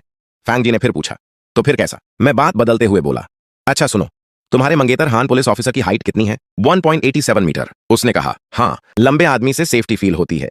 फिर उसने बताया कि वो जो क्रीपी वाला केस था वो पकड़ लिया गया है। मैंने पूछा, पकड़ लिया गया? उसने कहा, हाँ, लेकिन उसकी आइडेंटिटी थोड़ी सेंसिटिव है, इसलिए पब्लिक नहीं किया गया और हायर अथॉरिटीज को ट्रांसफर कर दिया गया है। हंजी गैंग ने ज्यादा डिटेल्स नहीं बताई, रूल्स फॉलो करने हैं। यह सुनकर मैं अंदर से चौंक गया। मतलब उसे हायर डिपार्टमेंट को सौंप दिया गया है, यानी अनकी की प्लेयर आइडेंटिटी एक्सपोज हो चुकी है। और इससे यह भी क्लियर हो गया कि प्लेयर्स के लिए कोई स्पेशल ऑर्गेनाइजेशन काम कर रहा है। मतलब मेरे और एनकी के अलावा और भी लोग हैं जो इस पिक्सल वर्ल्ड में गॉड जैसे रोल्स निभा रहे हैं। अनकी की बात याद आई, जिसने सुए को हाई लेवल प्लेयर समझा था और कमिटी जैसी चीज का जिक्र किया था। मतलब उसके पीछे भी वही ग्रुप हो सकता है, लेकिन कम से कम इतना तो था कि वो पकड़ ली गई है और अभी कुछ समय तक कोई ट्रबल नहीं करेगी। तभी कोई बोला, तुम मेरे बारे में क्यों बात कर रहे हो? सुये ने कहा, मैं 20 साल से भी छोटी लगती हूँ क्या? मैं किस कंट्री की हूँ? तुम्हारे घर वाले इतने रिलैक्स्ड कैसे हैं? क्या बचपन से तय शादी है? मैंने कहा, वो अब वापस अपने घर चली गई है। वह चौंक कर बोली, तुमने उसे ऐसे ही जाने दिया? अगर वो वापस नहीं आई तो इतनी सुंदर लड़की फिर कहां मिलेगी? मैंने शांत होकर कहा, हर इंसान को अपने घर जाना ही होता है। सुये वापस पिक्सल वर्ल्ड चली गई, अपनी इच्छा से भी और उस वर्ल्ड के रूल्स की मजबूरी सी थी। ऑफिस से घर आने पर शाओयेन कैक्टस चुपचाप पॉट में बैठा था, बिल्कुल एक नॉर्मल इंडोर प्लांट की तरह। गेम इंटरफेस पर दिख रहा था कि गार्लिक ट्राइब का साइज स्टेडीली बढ़ रहा था। पॉपुलेशन 303 और फेथ 200 हो चुका था।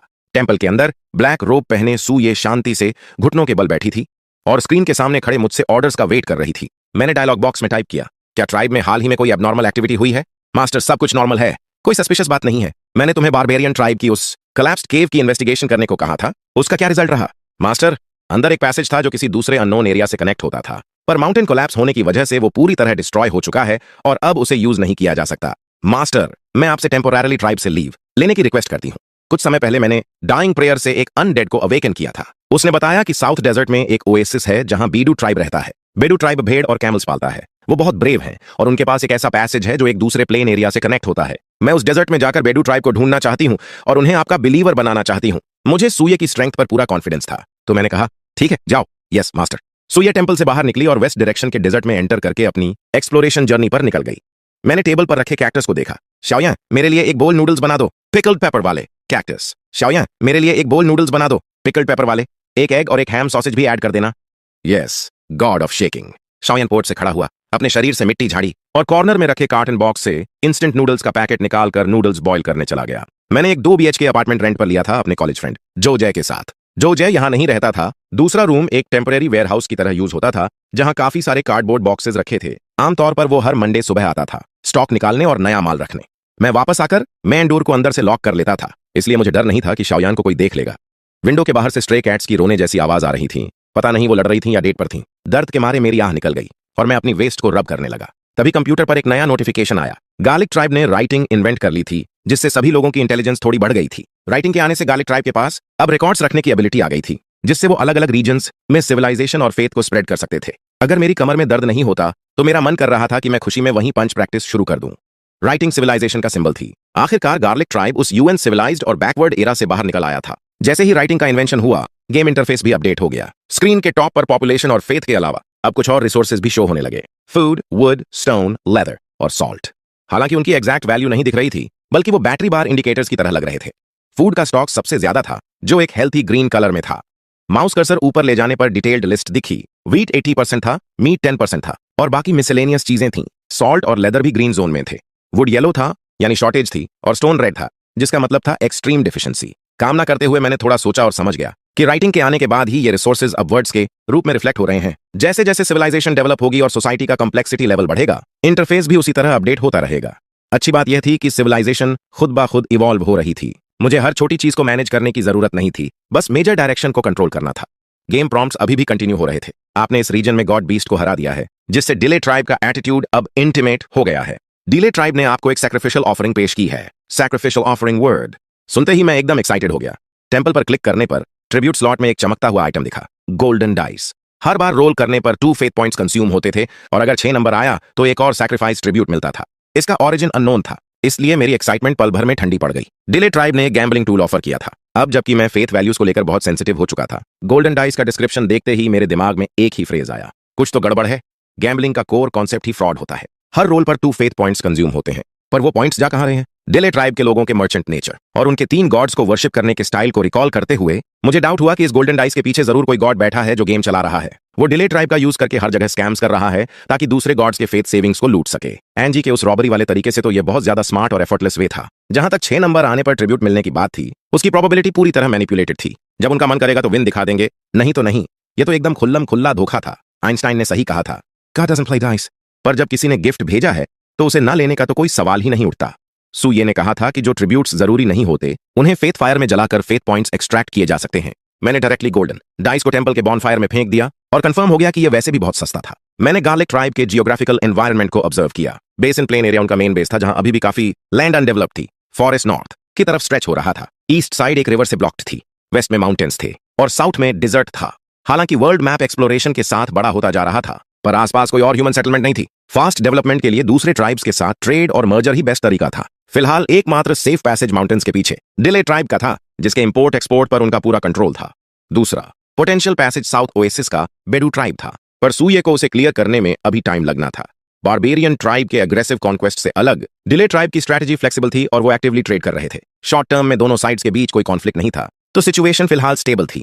राइटिंग इन्वेंट होने के बाद गार्लिक ट्राइब में एक और बड़ा चेंज आया। अब पिक्सल लोग सिंपल थिंकिंग सीख गए थे और सिर पर क्वेश्चन मार्क आना अब सिर्फ प्रॉफिट और शमन का प्रिविलेज नहीं रह गया था। मैंने अलग अलग लोगों के क्वेश्चन मार्क्स पर क्लिक करके उनके थॉट्स पढ़े।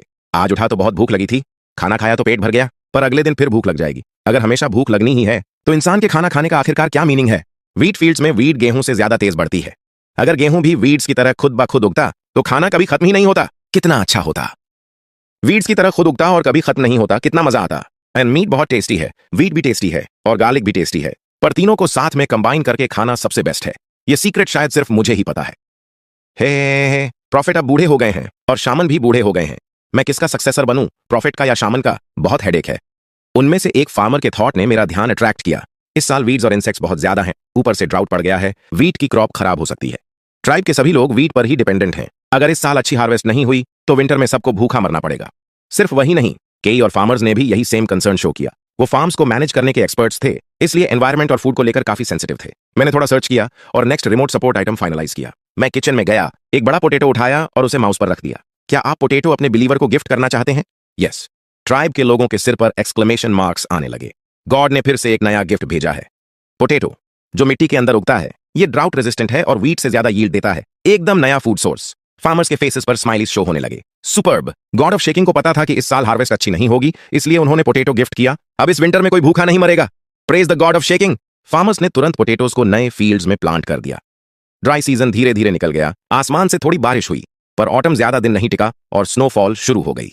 फार्मर्स के प्रेडिक्शन के मुताबिक इस साल वीट की हार्वेस्ट बहुत खराब रही। उसका शेयर 80% से गिरकर 40% हो गया, पर पोटैटो ने 3% गैप फिल किया। मीट 20% रहा। हालांकि टोटल फूड रिजर्व पर येलो लाइट जल गई थी। अच्छा हुआ कि पोटैटो का बैकअप टाइमली मिल गया, वरना विंटर में फूड शॉर्टेज बहुत बढ़ जाती। यह सिविलाइजेशन के प्रोग्रेस का एक बड़ा एडवांटेज था। लोग सोच सकते थे, ऑब्जर्व कर सकते थे और चिंता कर सकते थे, जिससे ज्यादा कम्युनिकेशन और एक्सपेरिमेंट्स होने लगे। एक बैकग्राउंड गॉड होने के नाते मैं भी पिक्सल लोगों के डाउट से पिक्सल वर्ल्ड के मिनट चेंजेस देख पा रहा था और टारगेटेड एडजस्टमेंट्स कर सकता था। इस नॉर्मल से विंटर सीजन में 2 मेजर इंसिडेंट्स हुए। पहला, डिले ट्राइब के लोग आए और उन्होंने हाई प्राइस पर हमसे काफी सारा फूड ग्रेन्स खरीदा। उनके मुताबिक लंबे ड्राउट की वजह से उनके कॉन्टैक्ट के बाकी सभी ट्राइब्स में फूड क्राइसिस चल रहा था। गार्लिक ट्राइब अब एक काफी रिच रीजन बन चुका था। दूसरा, डिले ट्राइब से 22 लोगों का एक इमिग्रेंट ग्रुप आया, जिसमें 2 कारपेंटर्स, 2 डॉक्टर्स और एक सॉल्ट मेकर था। हिस्ट्री में पहली बार गार्लिक ट्राइब ने प्रोफेशनल्स को अट्रैक्ट किया था। एक तरफ तो वो गॉड ऑफ शेकिंग के बारे में जानते थे और दूसरी तरफ फैमिन के दौरान फूड प्रोड्यूसिंग गार्लिक ट्राइब से बेहतर पेट भरने का मौका कहीं और नहीं था। कारपेंटर्स के पास लॉगिंग और वुड प्रोसेसिंग की स्किल्स थीं। उन्होंने विंटर में फॉरेस्ट जाकर लकड़ काटना शुरू किया और गार्लिक ट्राइब का पहला वुडन हाउस बनाया। डॉक्टर्स ने उस गैप को फिल किया जहां पहले सिर्फ शामन ही मेडिकल ट्रीटमेंट जानता था। उन्होंने फॉरेस्ट से हर्ब्स कलेक्ट करके लोगों का इलाज किया और कई लाइव्स बचाई। सॉल्ट मेकर ने वेस्ट माउंटेन्स में कुछ एडिबल सॉल्ट ढूंढ निकाला। हालांकि प्रोडक्शन लो था, पर इससे ट्राइब को सॉल्ट का एक नया सोर्स मिल गया। मैंने अपने लिए एक बेजिंग स्टाइल कोला निकाली, क्यूकम्बर फ्लेवर्ड चिप्स का पैकेट खोला और स्क्रीन पर ट्राइब के लोगों को मेहनत से काम करते हुए देखने लगा। मुझे ऐसा फील हुआ जैसे मैं उन्हीं का एक पार्ट बन गया हूं और मेरी अपनी बॉडी में भी एक नई एनर्जी आ गई है। मैं डाइस नहीं रोल करता, मुझे तो बस एक स्टेडी और सिक्योर हैप्पीनेस चाहिए।